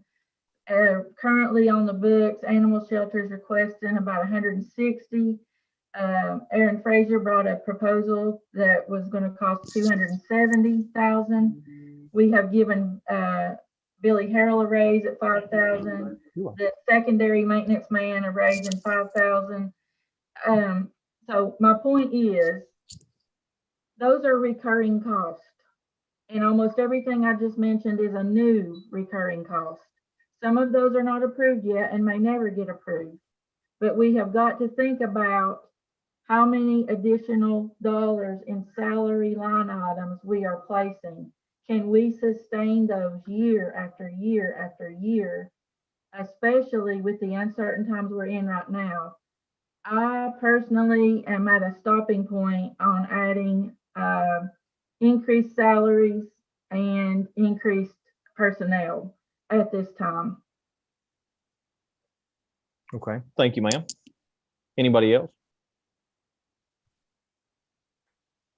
So I have a question about this, because I heard, I attended a few building and ground meetings here and there, and as I tried prior to taking over, and was involved, or remember some discussion, then remember other discussion, kind of more recent. So what are we doing currently?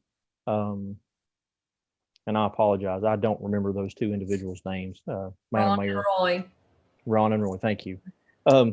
So what are we currently doing now? How does kind of the facility maintenance piece work, working for you all? You want me to comment to that?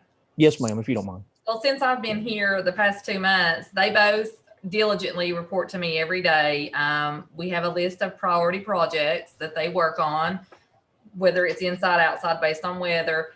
Now, most of the office holders and staff and directors here know Ron, and they contact him directly. So he is already playing that role as the maintenance supervisor. He's handling I mean, even the commissioners are contacting him directly on anything that they've been contacted on to handle. And he's approved. He did come to me and ask if that was okay. And I told him it's perfectly fine.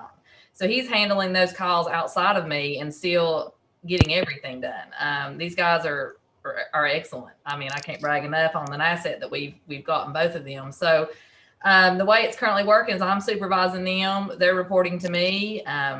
And we've got a list of projects and we keep it ongoing, and they say I keep them hopping. That's what they say. So it's actually a good setup. It's working great. I don't know what the actual change would be other than maybe changing his title.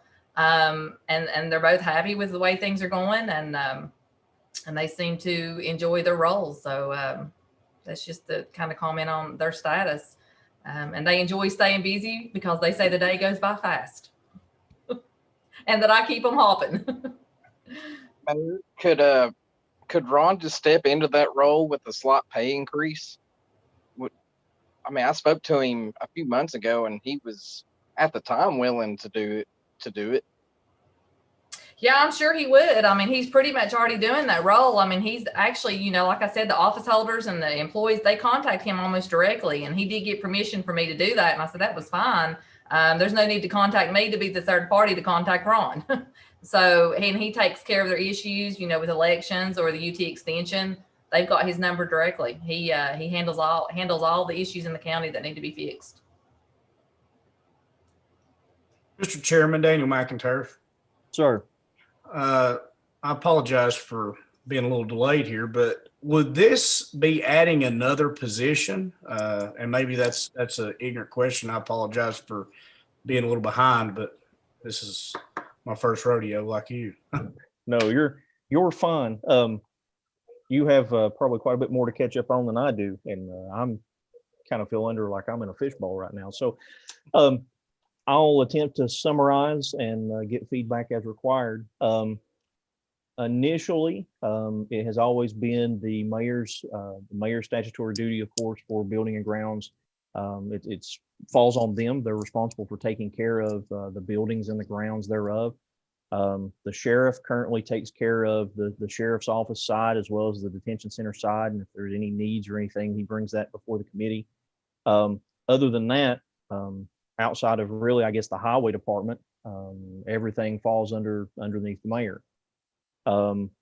At a point in time during the past 2 years, there was decided we ended up taking over the workforce development complex and bringing that into our grasp fully. And with that came two individuals, Roy and Ron. Those two individuals actually added to, because we have Roy and Ron doing facility maintenance, and then we currently have some janitors, I guess, that still do cleaning. Is that correct, Madam Mayor? Yes, that's correct. 2 janitors and 2 maintenance men. Okay. So the conversation at that point in time was, instead of taking everything to the mayor, who at that point in time was very adamant, Mayor Barnett was very adamant that while he would do anything that we asked him to, he didn't necessarily know about buildings and grounds and keeping track, and kind of wanted another individual to kind of be the lead on that, which is understandable. So at that time, conversations was discussed about a facilities maintenance supervisor position, basically, or building and ground supervisor position that would oversee different projects that building and grounds would assign them, different responsibilities that the mayor would basically assign them. And then it was discussed at one point whether or not that individual would be under the mayor or would be a separate department, basically, that would then answer to this committee. At the time was a conversation. I think that over time it became more of just making an individual point of contact as opposed to trying to bog down the mayor with everything that's going on or every issue that is had, still allowing that individual to report to the mayor as their supervisor, but also being able to kind of take some of that burden off of, at the time, Mayor Barnett, and of course now Mayor Woodby. So now it's more of a conversation of, do we have an individual that is already fulfilling this role, or are we looking at, having to create a new position? Given the information that I've been given today, and kind of how I've seen some of our projects, I guess, and maintenance issues that both Roy and Ron have kind of worked on, I feel that we actually have an individual that is currently doing this position. It's not really necessary to create a new position per se. It would just be a more formal recognition of what his responsibilities are, which sounds like has already kind of been taken into consideration, as well as if there's any monetary adjustment that would be required for assuming those additional responsibilities. And if I have not summarized that correctly, please somebody step in. Chairman Grindstaff, that's correct. And Ron also coordinates with all the outside agencies as far as Keller Glass, Norwell. We've had the gutters cleaned out of the UT house, and he coordinated all that he found that individual, he got it done. I did not, he handles every bit of that. He does all that. We're currently having the countertop in Mary Googe's office redone so we can have the plexiglass placed on there, and Ron coordinated all that with Keller Glass and the top shop. So we've got those two entities that he coordinated all that with. But he's already doing that job. I would assume it's just a title change. Commissioner, thank you, Mayor. Commissioner McInturf, does that kind of the long way to get to a short answer? Yeah, thank you. You're welcome. I tend to feel along the lines of the mayor. I agree that I think that it's more of a formalization process. I don't think that a new position technically needs to be created. It's just a more formalization of job duties. And as his supervisor, I think that's well within her purview to be able to do so. The only considerations that I think we would need is to agree to that formalization. And then if we wish to pass on any monetary requests to Building and Grounds for their consideration, would be to do so out of this committee.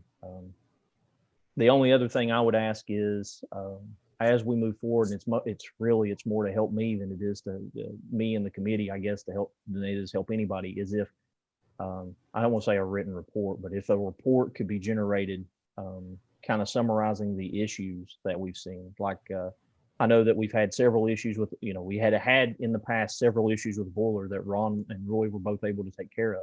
I think that if under previous leadership, even over the past several years, if better written documentation or more written documentation was upkept, that it may have been, we may have been able to see that was an ongoing issue costing us large quantities of money, and we may have been able to address that earlier. So that would be my only request, and I will leave it up to the committee to, of course, do anything that they desire to do. And Chairman Grindstaff, also, I had presented back when we had asked for the pay raise for Roy. I done like a cost analysis sheet, what we had paid Norwell the year prior to them coming on with the county. I think it was $55,000. And then since we've had Ron and Roy, we've only paid out $9,000. I think that may speak for itself to Norwell. Going by their name, Ron and Roy, you'd think they were a duet, wouldn't you? They're a team. They've been together 10 years, Brad. You reckon any of them knows how to play a guitar or banjo? We'll sell them off. Hey, they can put some LED lighting in. I can tell you that. The Ron and Roy show. No, but they truly are an asset. It's a couple of great guys. Kind of like Laurel and Hardy, isn't it?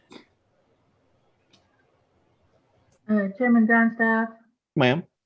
before anybody makes a motion, I just want to point out that if you read the document that I did draft, it requires the person to be in control of budgets, purchasing, project management, training, all kinds of things, safety issues. When I wrote it, I wanted us to make sure that we were hiring a person that fit the description, not making a description fit a person. if you all understand what I'm saying. So I think if the committee decides to make a motion and move forward with a person we already have on staff, we need to start with another document. So I don't think that this is something that can be completely accomplished by this committee tonight. Okay. Chairman, I'll move to place this on the agenda for the January meeting. Okay. Motion by Commissioner Hill to place it on the January meeting agenda. Do I have a second? I have a question about the motion. I need a second first. Chairman, first, I'll second. And I've got a second. All right. Ms. Holder? I just want to clarify what it means by putting it back on the agenda. Are we just delaying the conversation? Or are we coming back to the table with a different document and so forth?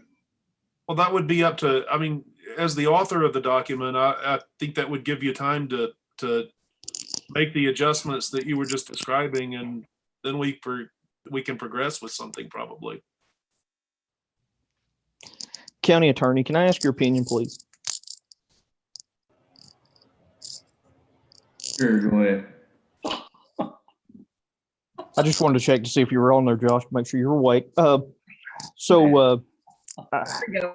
I have concerns with, technically this individual is currently an employee. They are being asked to fulfill the majority of the requirements of the presented document, with the exception of, basically being over a department. That this individual works for the mayor out of the building and grounds budget. If the mayor decided that that individual was going to be the primary point of contact, even if it was going to request more funds from budget, regardless of whether building and grounds said so, I mean, the mayor could do that, correct? Yeah, I mean, it sounds like, before Roy and Ron came, there were no maintenance people. That was the point. So, I think somewhere along the line of this being discussed and all the possibilities that were coming with it, of needing a day-to-day person with all the projects going on, the construction, all that stuff, that was where I think all this originated. And then with the termination of Carter County tomorrow and Ron and Roy coming to be county employees, now we actually have, essentially we have a maintenance department. There's just not a physical location for them. They kind of rove around and they answer to the mayor. That's how traditionally it would work. It sounds like you're almost now talking about getting over into creating another department with a department head that would come in with their own budget and be a separate division of the government. That's doable, but I don't know.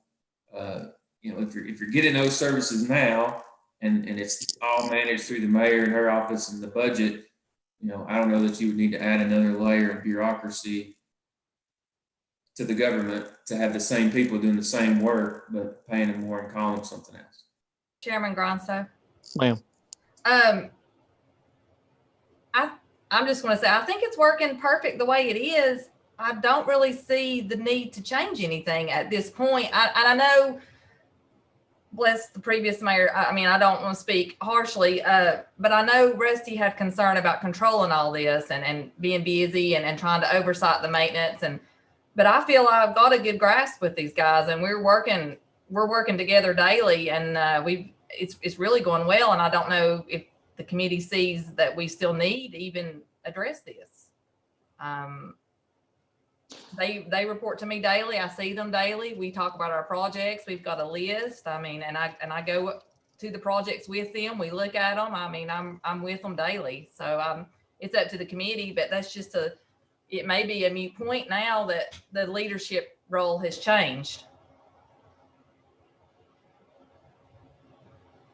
Thank you, ma'am. Let me say this, Chairman Grindstaff. Generally speaking, the full commission normally doesn't hire people. Normally, by statute, the mayor, unless it's set up by statute some other way or there's a private act, The mayor appoints department heads, the county legislative body confirms it. But and we kind of bled over into another topic of a superintendent, and there is something specifically in state law that allows the full commission to hire and be the supervisor of a building superintendent. But I mean, that really isn't necessarily the same thing as the maintenance supervisor. The superintendent position was supposed to be somebody who oversaw like projects, and you couldn't employ him for any longer than 12 months on a contract at a time. And we're talking more about a permanent employee who is a maintenance supervisor. And that, I think that can certainly work the way it is under the mayor's office without any changes. Chairman, I'll happily withdraw my motion and make a second or a subsequent one to just drop the issue. Okay, and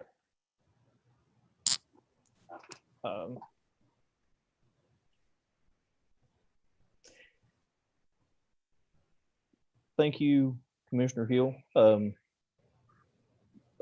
There is technically a motion on to basically leave it the way that it is working at this point in time. Do I have a second?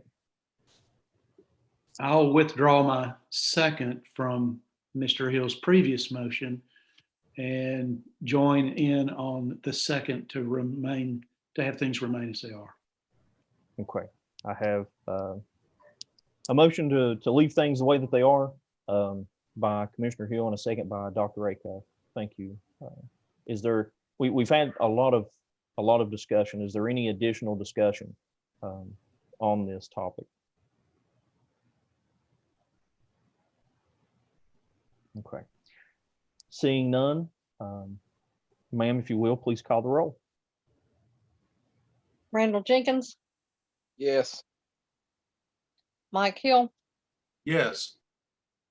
Robert Acuff, Yes. Brad Johnson, Yes. Thomas Prophet, Yes. Ginger Holdren, Yes. Daniel McInturf, Yes. Isaiah Grindstaff. Yes, that is 8 ayes. Motion passes. Ma'am, as I had previously stated, the only thing I would ask is that if there is anything of note or anything that is repetitive as far as building expenditures or repairs or something of that you feel that we need to know about, I ask that you just kind of summarize those up for us at our meetings and present those to us. I don't think that that'll be an issue. You've given great summaries of just about every topic that we've covered thus far. I just want to attempt to, I guess, plan or try to plan ahead that if there is something that is constantly giving us issues that we can save money on or take another look at in a different light, if we can just address that before it becomes a big hole like the Buller was at one point. I will. Thank you, ma'am. Okay, so I will remove the building and ground supervisor from the agenda for the January meeting, given that motion. And if anything comes up at a later date, we can always readdress. Northeast State contract, I'm not sure what the discussion was on that.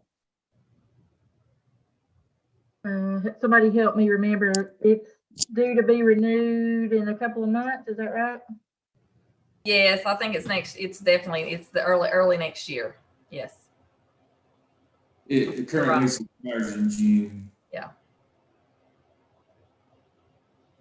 Okay. You say June, Josh? Yes. I was trying to find the exact date. June 30th. Yeah, June 30th of 2021 is the expiration. It was a 5-year lease. And there's been wild variations of how to go forward. So I guess pick a path, and I don't know if they want to renew a lease or how we're going to handle it. Madam Mayor, I know that you've had several discussions with them along with the CTE thing with the Workforce Development Complex. Is that something that you all have discussed at any point in time? Is the lease renewal? And I assume that would coincide with the workforce development now that is in discussion. So it seems like once we get a little better grip on that, it would definitely coincide with those conversations. I'm assuming they're going to want to stay and we're going to want to keep them, obviously. But I will bring that to talks with Dr. Bullock when we can talk again. Maybe that time would be after we get plans from the plans from Shaw and Shanks on what we're looking to do with Carter County school system in that collaboration. Okay. Thank you, ma'am. The Chamber of Commerce building. I know that I think several of you all were able to tour that building. I feel like I've had to talk a lot tonight. Welcome to being mayor. We did tour the building, and we did look at the building, and I also had Ron and Roy go over and kind of Hello, Ron and Roy. The Ron and Roy show and take a sneak peek at some of the behind the scenes to kind of see how bad the water damage was. And he says, and Ron says it's decently extensive, but it's not by any means to tear the building down. It's definitely a fixable building. Because he used to do maintenance on it with Carter County Tomorrow up until they dissolved. I mean, since they switched hands with the chamber. And the furthest we've got in the discussions is a possible lease. And then some commissioners have possibly been interested in not doing renovations to a property that we don't own. And with that being said, I did reach out to the city manager today, and in there, I'd sent this out to the committee. Disposal of any city property and equipment shall be by sale with sealed bids taken or public auction held on such property. So they cannot sell it to the county. It has to be a public bid, and the bids have to be sealed if we are interested in that possible location. So that's kind of where we're at on that. They are interested in doing a lease for, $12 a year. If we were interested in obtaining the property and doing the renovations, so we could get back basically what we put into as far as the renovations, but yet not paying a lease amount. So that's kind of the status on the building. And I think that when we looked at it, the few of us, I think it's a great opportunity for a possible economic development office. The location is prime. It's a possible good location, and it's a good opportunity. The building does need work. It's been neglected. The chamber looks like they've done nothing to it. It's just kind of been sitting there, and they've done no maintenance. So that's the status of where we're at on that building. Okay, so you did advise that they would be interested in doing basically repairs and updates that we would do as opposed to a monetary amount, basically. Correct. For that amount for a lease, right? Yeah, and we would do the repairs and the renovations based upon them doing the lease with them, because they can't sell it to us unless they do a public bid. So that's the status if the commission or the county is interested in obtaining that building. Yeah, I got a question, Mayor, if I can. Did he say that was a city ordinance, or what? Because state law certainly allows governments to give properties back and forth. Yeah, he says that he sent me the TCA at 635-206, city property and equipment management leases for city services. That's what. So he says that the city cannot sell property to the county, which I didn't know it could happen either, but he did send me the TCA. You say 635-206? Yeah, 635-206 is the TCA. All right, thank you. I'm sorry, Josh. I didn't mean to. I can send him a couple that says he can if we're looking for numbers. I'm happy to talk to him, but I think it's certainly legal to do that. I'm reading his email, and he said choosing to sell it directly to the county is not an option. I've discussed it with the city attorney recently, and the city charter requires us to put the property up for public auction and take sealed bids. Mm-hmm. Yeah. I do not know. He says, I do not know of any exception that would allow the city to sell directly to the county. Okay. Yeah, that's a totally separate topic than state law. Obviously, that's what I was getting at. If the city charter, then that's a different deal. But I think certainly state law would allow it. I don't know that maybe maybe that it's possible that the city council could make an exception, but I don't claim to be involved in their city workings. But I can certainly talk with him, and I don't care to talk to Roger Day and see and show him what I'm talking about, and see if he thinks there's an exception, if that's even something they would consider anyway. I will state that I agree. I mean, I don't mind to do some minor work on a building that we don't own, that we are leasing, in conjunction with lease payments, or, in lieu of lease payments, I guess is the right way to put that. But, I have concerns of making drastic changes or the amount of work that would go into, basically refinishing and updating a building that we don't own as a county property. That was my concerns when I emailed him today, talking about purchase instead of lease, and that was the response I got. So if Josh could talk and maybe look into that a little further with him, that would be great. If that's something the committee would like for him to do.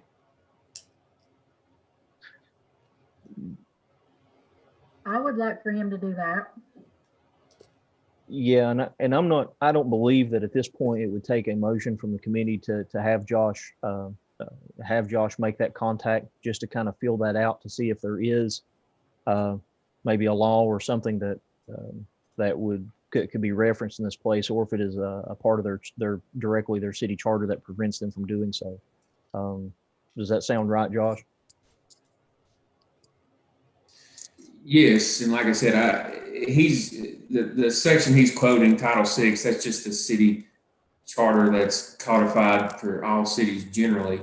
But I mean, there is specifically, like in Title 12, authorization of surplus property to be transferred among governmental entities. So, there may be something that he or maybe Roger Day hadn't looked at before. Anyway, I can talk to both of them, one or both. And Josh, can you work your magic, please?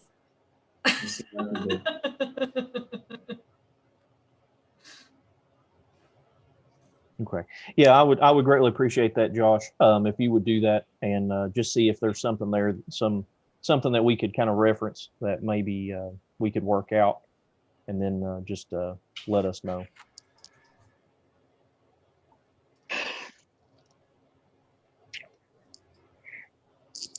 Okay. Is there any other conversation on the Chamber of Commerce building?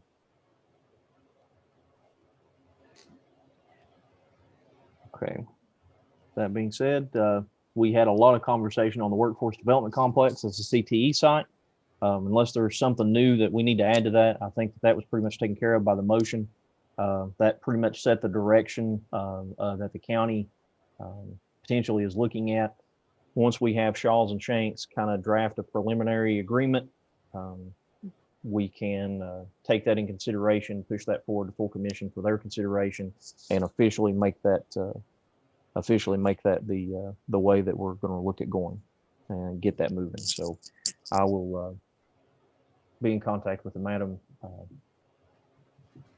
keep wanting to call you commissioner. I apologize, Mayor. Sorry. With Madam Mayor, we will begin working on that. At 9:30 at night doesn't help any either.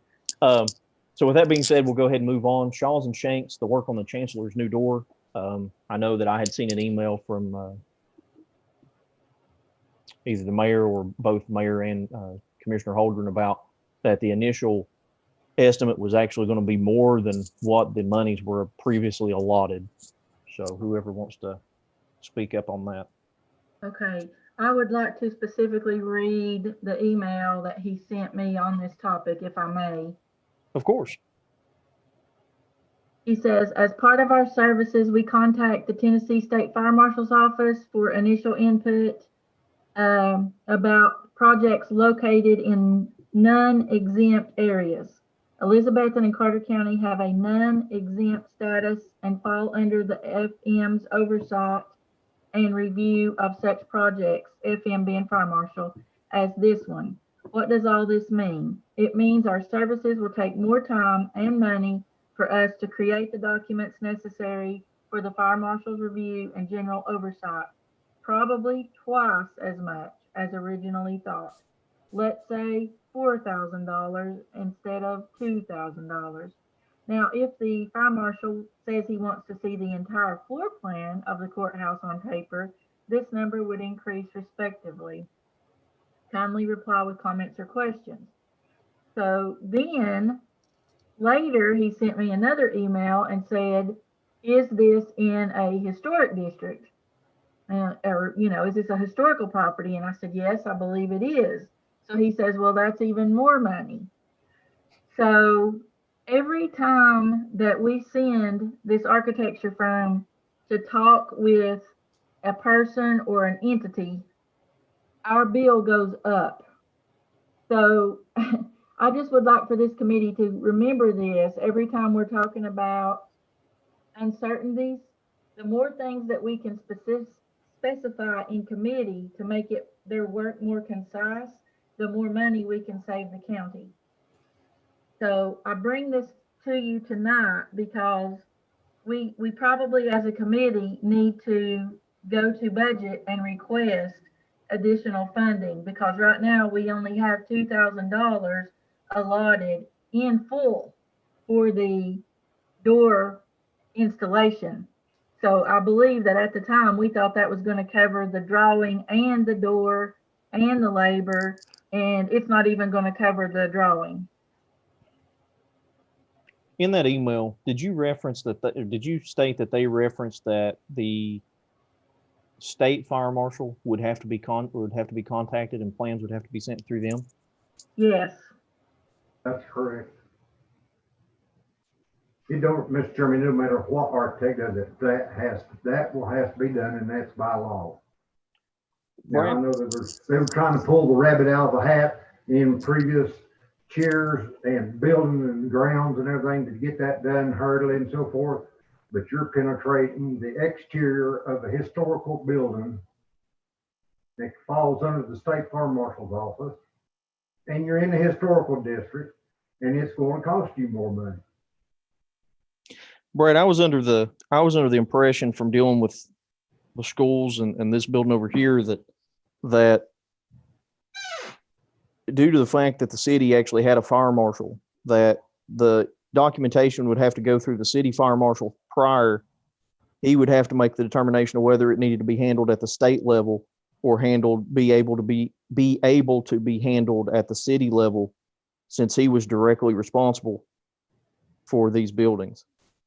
Well, they may have changed, they may have changed the law since I was licensed, as a building and everything. But it was that anything with government over a certain amount of building the size of occupants and all of that had to go through the state fire marshal because the local was not certified or qualified to do that.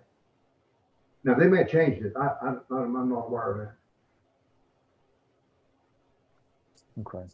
I'm like I said, I don't know. I was just, some of the things that had been talked about with the annex, the Carter County annex at 900 East Elk Avenue, as well as on the sheriff's office side. We've always had to send stuff through the Elizabethton City Fire Marshal, since that was the immediate local jurisdiction, and have anything approved. And so that was kind of my concern, is that this has come up, and it just makes me wonder. Either we've made a boo-boo in the past, or we're getting ready to make a boo-boo now.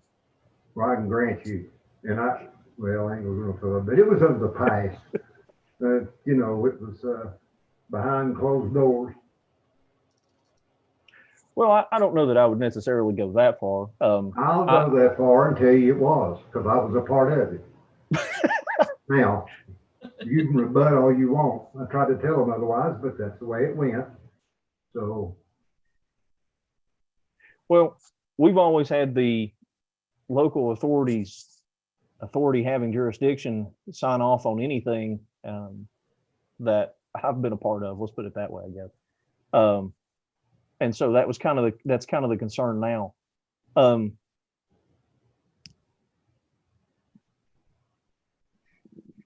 Commissioner Holder, do I have that email? probably not, sir. Can you forward that to me? Yes, sir. I would appreciate that. I'd like to talk with the city fire marshal and just get his input It's not that I don't believe Shaws and Shanks. I just like to trust but verify. Because if so, then like I said, if it is the way that Commissioner Johnson has specified it, then, that's going to change the way that we do business moving forward on different projects, because every building we've discussed would end up being a government building, correct? So that would require everything to go through the state fire marshal, which of course we might as well go ahead and plan for many months of delays and many months of additional delays, and also more monies that are going to be required because of the amount of documentation that they require to be able to approve work. Mr. Chair, I'd draw your attention also, if you remember, while we were under the AE contract for the redesign and modifications of the new courthouse entry that we're just finishing up, you had to go through the state to get their approval on that. The state fire marshal's office, not local. I'm not aware of them having a state stamp on that as opposed to having the local actually approve that. Well, okay, whichever. I mean, I'm like I said, I'm not saying that you're wrong. Well, I mean, the original drawings won't have that. They will have the fire marshal stamp, but it went through the Department of Commerce and Insurance, which is the fire marshal's office.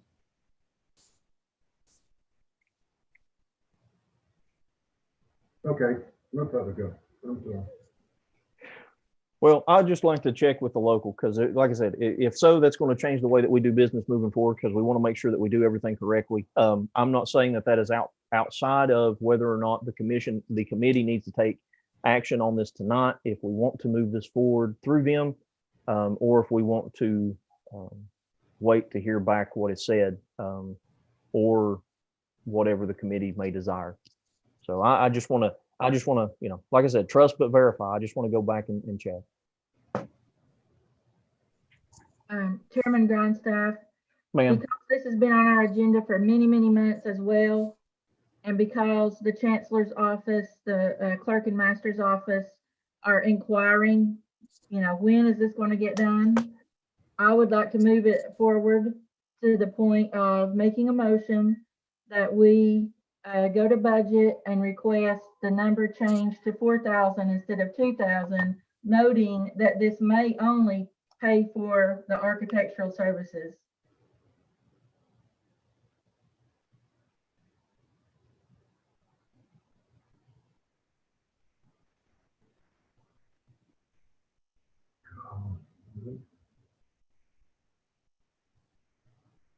$4,000, correct? Yes, sir.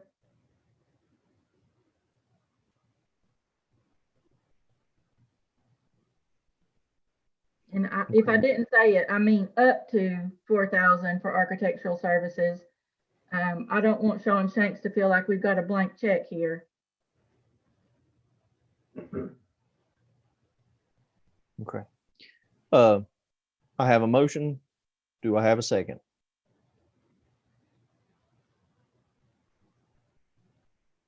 I second it. Thomas Prophet.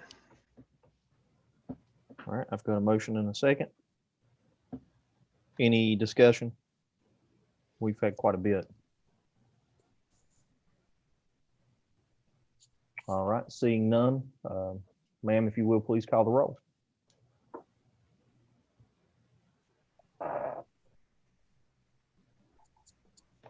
Randall Jenkins, Yes. Mike Hill, Yes. Robert Acuff, Yes. Brad Johnson, Yes. Thomas Prophet, Yes. Ginger Holdren, Yes. Daniel McInturf, Yes. Isaiah Grindstaff, Yes.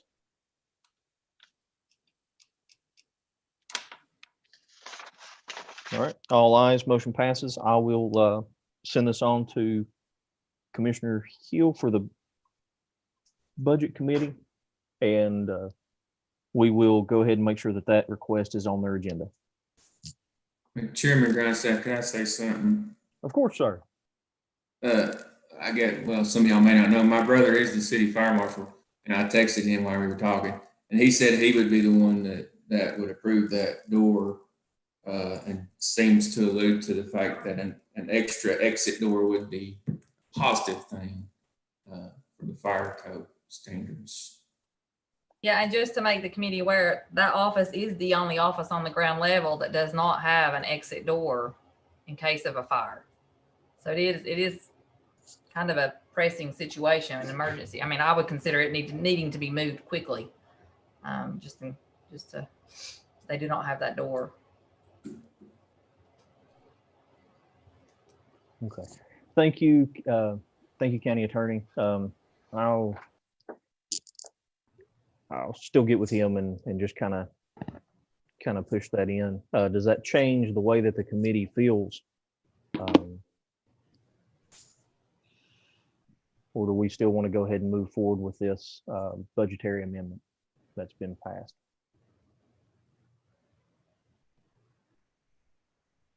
All right. Hearing no other comment, I'll go ahead and make sure that goes. I'll still double check with the local fire marshal and attempt to figure out what might be going on there, and I'll have that information for the budget, or try to have that information for the budget committee, if not at least the full commission. And I agree. This is something that has been asked for about 3 years now, I guess, close to probably 4 years now, about adding a door there. Currently, if you're not familiar with that office, there is a window that is present there. The initial conversation was that window could be made into a door. Throughout the grinding gears of local government, things have occurred and it fell to the wayside, and has just been recently picked back up to try to push through, due to the fact that it has been requested by the Chancery Court judge, as well as that office there, and is definitely needed. So we'll continue forward with that.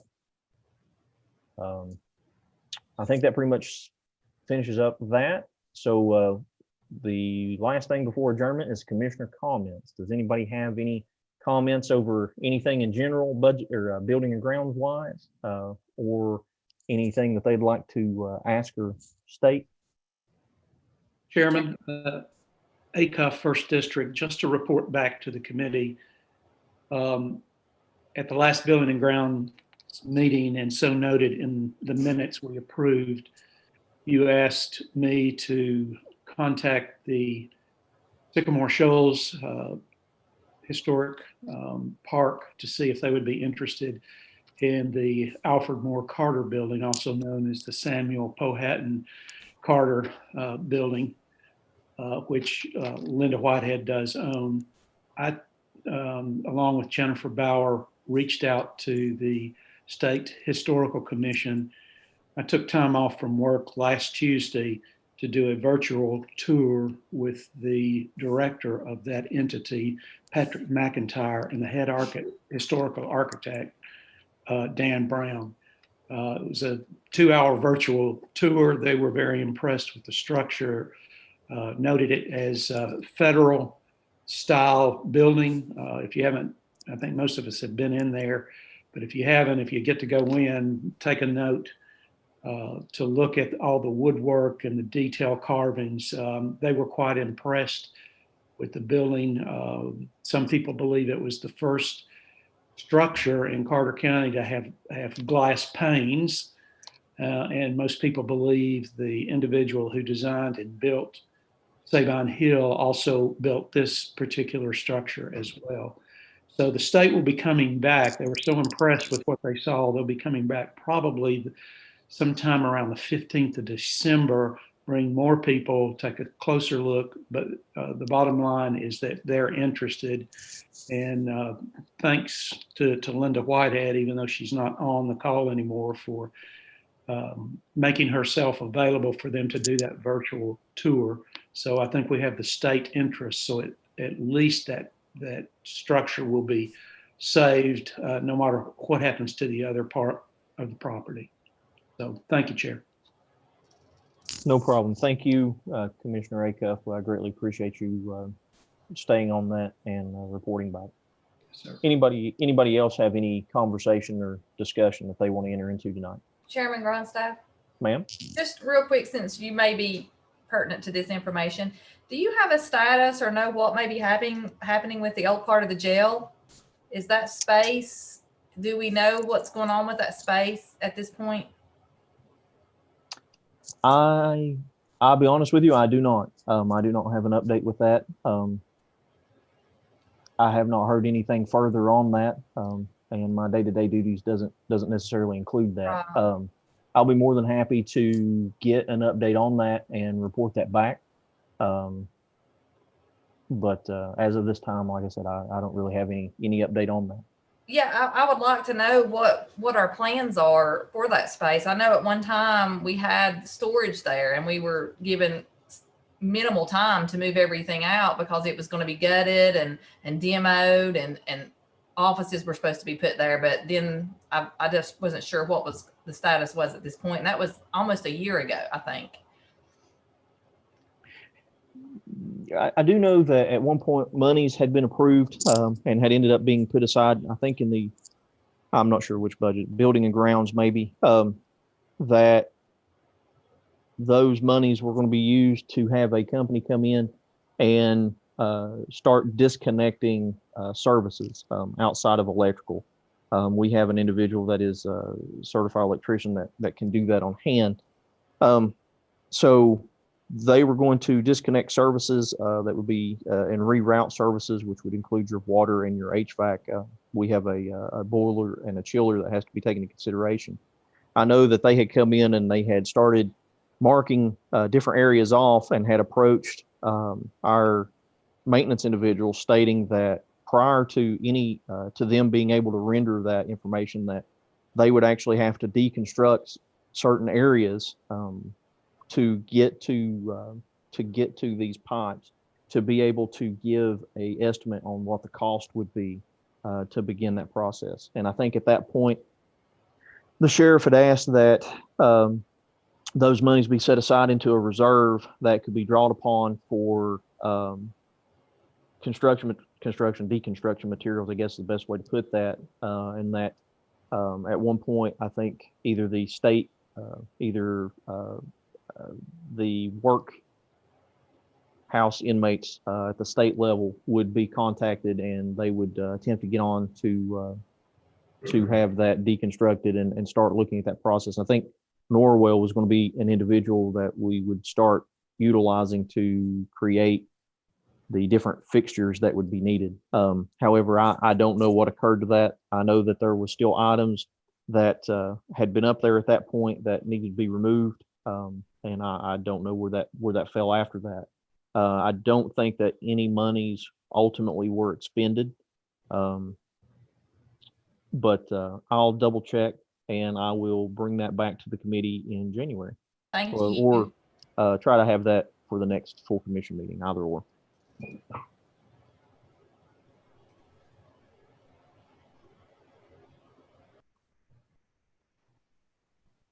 Okay. Anybody else?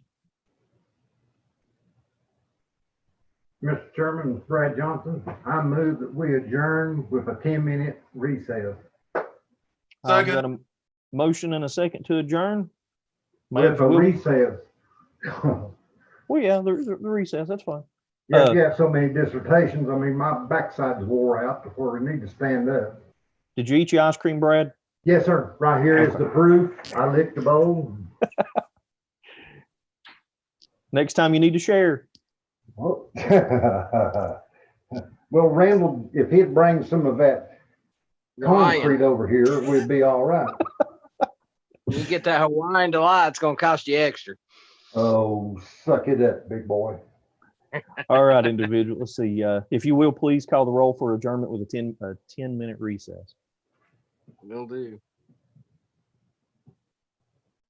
Randall Jenkins, Yes. Mike Hill, Yes. Robert Acuff, Yes. Brad Johnson, Yes. Thomas Prophet, Yes. Ginger Holdren, Yes. Daniel McIntyre, Yes. Isaiah Grindstaff. Yes. The ayes have it. We are recessed 10 minutes, and then we will return for the next meeting. Thank you all. And don't forget to mute mics or turn off camera.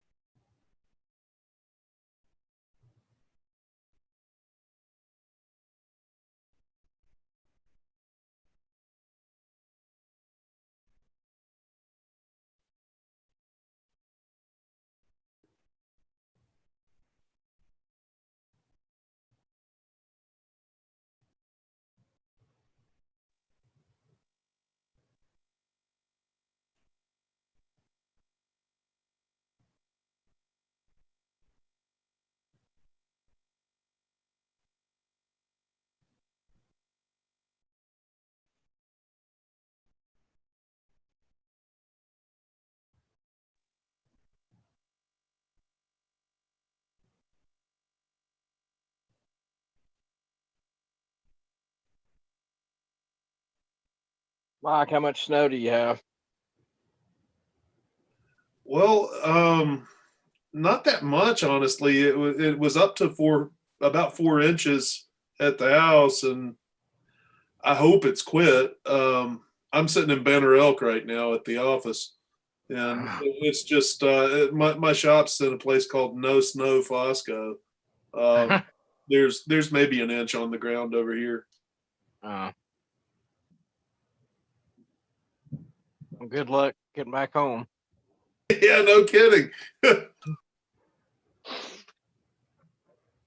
I'll try to keep my meeting under an hour or hour and a half. All right. Yeah, I greatly apologize.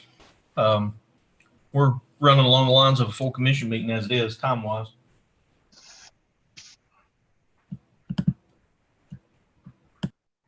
You have until midnight because that's when this meeting is scheduled to end in Zoom, and I don't know if it'll turn itself off at that point. Self-destruct at midnight. The answer to that, Abby, is yes. It will just end. Hey, Abby, can I dial in? On a telephone? Yes, ma'am. I might hit the road and just put it on the speaker in the Jeep if I can. Is it too late to dial in to the meeting? No, I'll text you the number and the meeting ID real quick. I've got all that. I'll call you right now.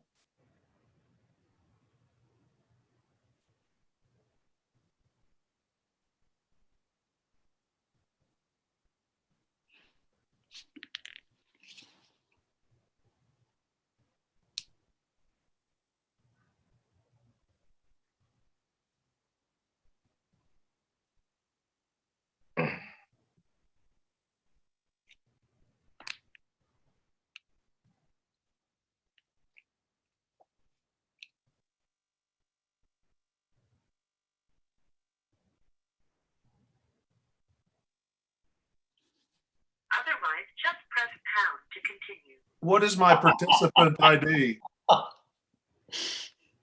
Just hit pound. Oh, wow.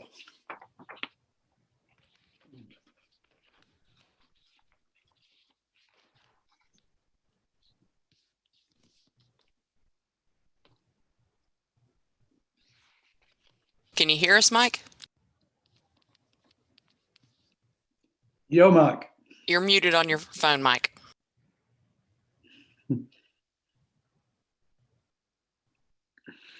How does one unmute on the phone?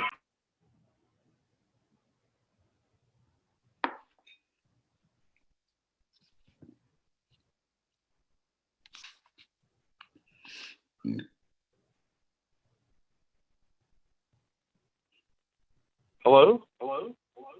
Oh, I'm live. Loud and clear. I'll see you guys in the car.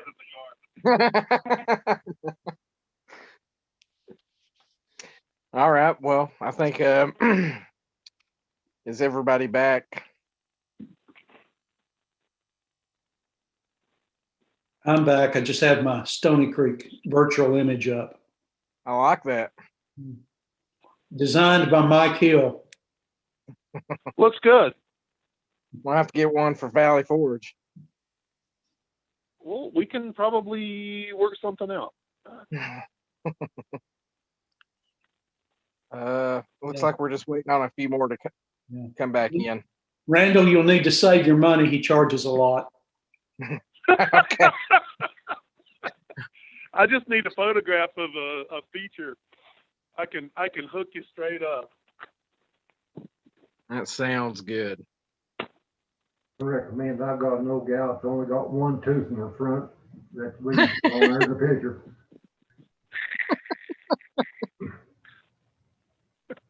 Is that lady that you always tell me about, Brad? What's her name? Right. Ruby Begonia from Pascagoula. No, not her. The one Addie Romine. Addie Romines. Lord have mercy.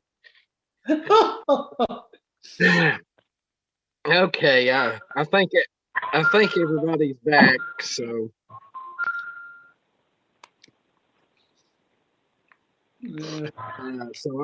I'll call rules and bylaws to order. The roll call as is the previous meetings. So I will open up the floor for a motion to approve the agenda as presented. So moved. Acuff first. Okay, we got a motion. Do we have a second? I'll second. Isaiah Grindstaff. Any discussion? Gwen, would you please call the roll?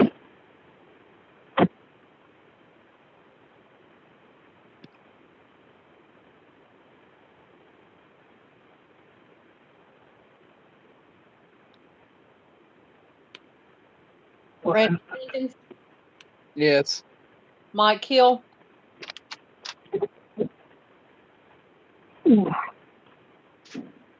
Robert How Acuff, did I disappear? Yes. There it is. He's out there on the North Carolina Highway Patrol for operating a handheld device on the state highway. No, I have hand free. Mike Hill, Yes. Brad Johnson, Yes. Thomas Prophet, Yes. Ginger Holdren, Yes. Daniel McInturf, Yes. Isaiah Grindstaff, Yes.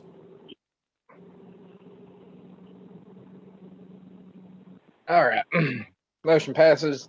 I'll open up the floor for a motion to approve November minutes. Motion to approve. Or second, Mike Hill. Thank Mike Hill's the motion. Who was the second? Holdren. Holdren. Any discussion, additions, changes? Seeing none, Gwen, would you call the roll, please? Randall Jenkins, Yes. Mike Hill, Yes. Robert Acuff, Yes. Brad Johnson, Yes. Thomas Prophet, Yes. Ginger Holdren, Yes. Daniel McInturf, Yes. Isaiah Grindstaff. Yes. Motion passes. There is no public on to do public comments. So moving past that, no new business. Old business, the school board pay resolution. I hope everybody got a copy of that resolution today and had a chance to look over it. And I'll open up the floor for a motion. So moved. Acuff first district. Second, Hill, second district. Any discussion on this as presented? There was some questions about, and Josh, you can chime in, but I wanted to make sure this covers everything that we talked about. And it's $100 for their main meeting, $50 for their workshops, and covers them no pay for not showing up for a meeting. The only thing that a couple of the school board members reached out to me was the issue of if someone had to leave before the meeting ended, if that could be worded in there at the chairperson's discretion, if that person got paid the minimum or not. I don't know how you guys feel about that. Apparently, if there's a couple of them that sits on different boards, and sometimes they do have to leave a little bit early. So what's the committee's will? Question, Mr. Chair. Yes, sir. It's been a while since I've thought about rules and bylaws, to be honest with you. Is it not our policy that if you attend half, is it still our policy, or did we abolish with that? If you attend, at one point it was if you attended half the meeting or left early from the meeting that you didn't get paid. Is that still the way that ours are? Yes, it is. And I think at the point that we discussed this, I don't know if it was up to the chair or how we ended with that, honestly. If I can chime in, the county policy is exactly the same, except the state minimum is higher.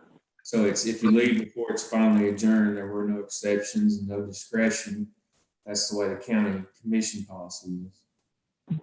I think if I can add to that, I think that the reason that I was on the board, I think at that time, the reason that we had did that was because we were afraid that we would get into an issue of course, it's different. We have multiple committees, in a commission, that we would get into this. Well, the chairman said I could leave early this time, so the chairman would have to vouch and say that person could be paid, and that back and forth. I don't necessarily know that you would have that with a school board, considering that's the only meetings that they have. But I do believe that was the reasons that we didn't allow that with our policy.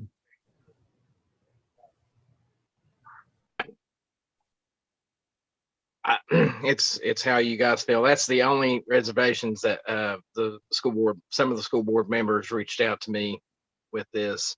So I mean, we are the governing body, so it's how we see it and how we vote. So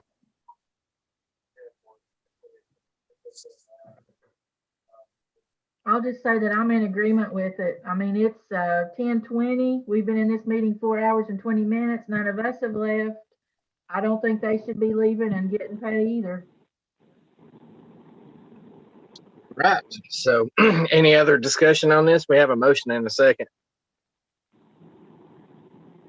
So that motion and a second is to send this on the budget, and then it will go on through full commission. Correct, Josh? That's how we needed to work this. Right. Yeah, it's a little bit strange. You all are more or less approving the rules part of it, and then sending it on the budget for the money part. All right. Any other discussion before we call roll? Seeing none, Gwen, would you please call roll? Randall Jenkins, Yes. Mike Hill, Yes. Robert Acuff, Yes. Brad Johnson, Yes.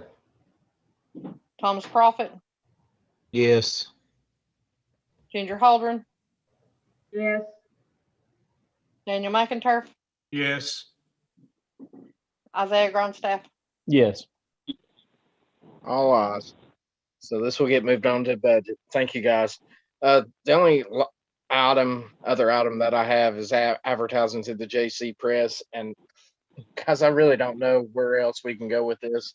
Teresa Hill with the Press stated me a quote of $1.81 per line. When I finally got with the Star, it's 11 cents per word. So unless we're talking about RDS, I really don't see any reason to pursue this. Chairman Jenkins? Yes, ma'am. I can tell you from my own previous experience that the ads in the Johnson City Press end up costing quite a bit more. Got you. And that's what I've been told from several different people. If this was an RDF issue, where I think we should just start advertising online to reach more, but we've discussed that previous. So if there's no action on this, I'm going to take it off the agenda. So as far as the online portion, whether you advertise with the Elizabethan Star or the Johnson City Press, they always get added to the Tennessee Public Notices website free of charge. That's awesome. And all right. I will add to that, Abby. I think that you're between you all and the finance office. I think that you all are doing a very good job keeping our Facebook page as well as our website up to date, and that information on there. I can also add that at one point, the finance office was looking at implementing a sort of like a mailing list. If any of you have ever had to subscribe to a mailing list for vendors and things of that nature to look for, to be able to subscribe to, so that when RFPs are added, that those vendors that have subscribed can automatically get notified. So I think that was something that they had been looking at. The issue at the time was server wise, they didn't have the capability. I think that's something that's come back up since their office upgrades. So that is also an option. I think that to get RFPs out there a little bit more as well. So just FYI. Isaiah, I since talked to them, and they are still pursuing that, and I'm pretty sure they're close to it. So yeah. All right. So any action on that? If not, I'm moving on to adjournment. Short and sweet. That's it. I'll make a motion to adjourn. So we have a second. All right. Gwen, would you call the roll? Who's second? Acuff first. Sorry, Gwen. That's okay. Randall Jenkins, Yes. Mike Hill, Yes. Be safe, Mike. Robert Acuff, Yes. I will. Brad Johnson, Yes.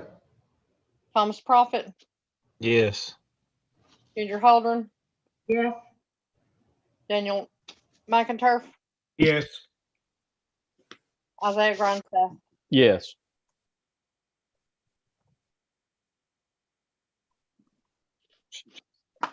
Rules and bylaws is adjourned. Mike, do you have anything for law enforcement? No, the sheriff has not brought anything forward to bring to the committee or the commission. So we'll just push to January. Thank you, Gwen. Thank you, Abby, for all that you do for us. We appreciate you. Mr. Grindstaff, Mr. Jenkins, can I ask Yes. you to please email me your agenda? Absolutely. Of course, ma'am. And I will add you to the building and grounds group as well. Thank you. All right. Good night, everybody. Night. Good night.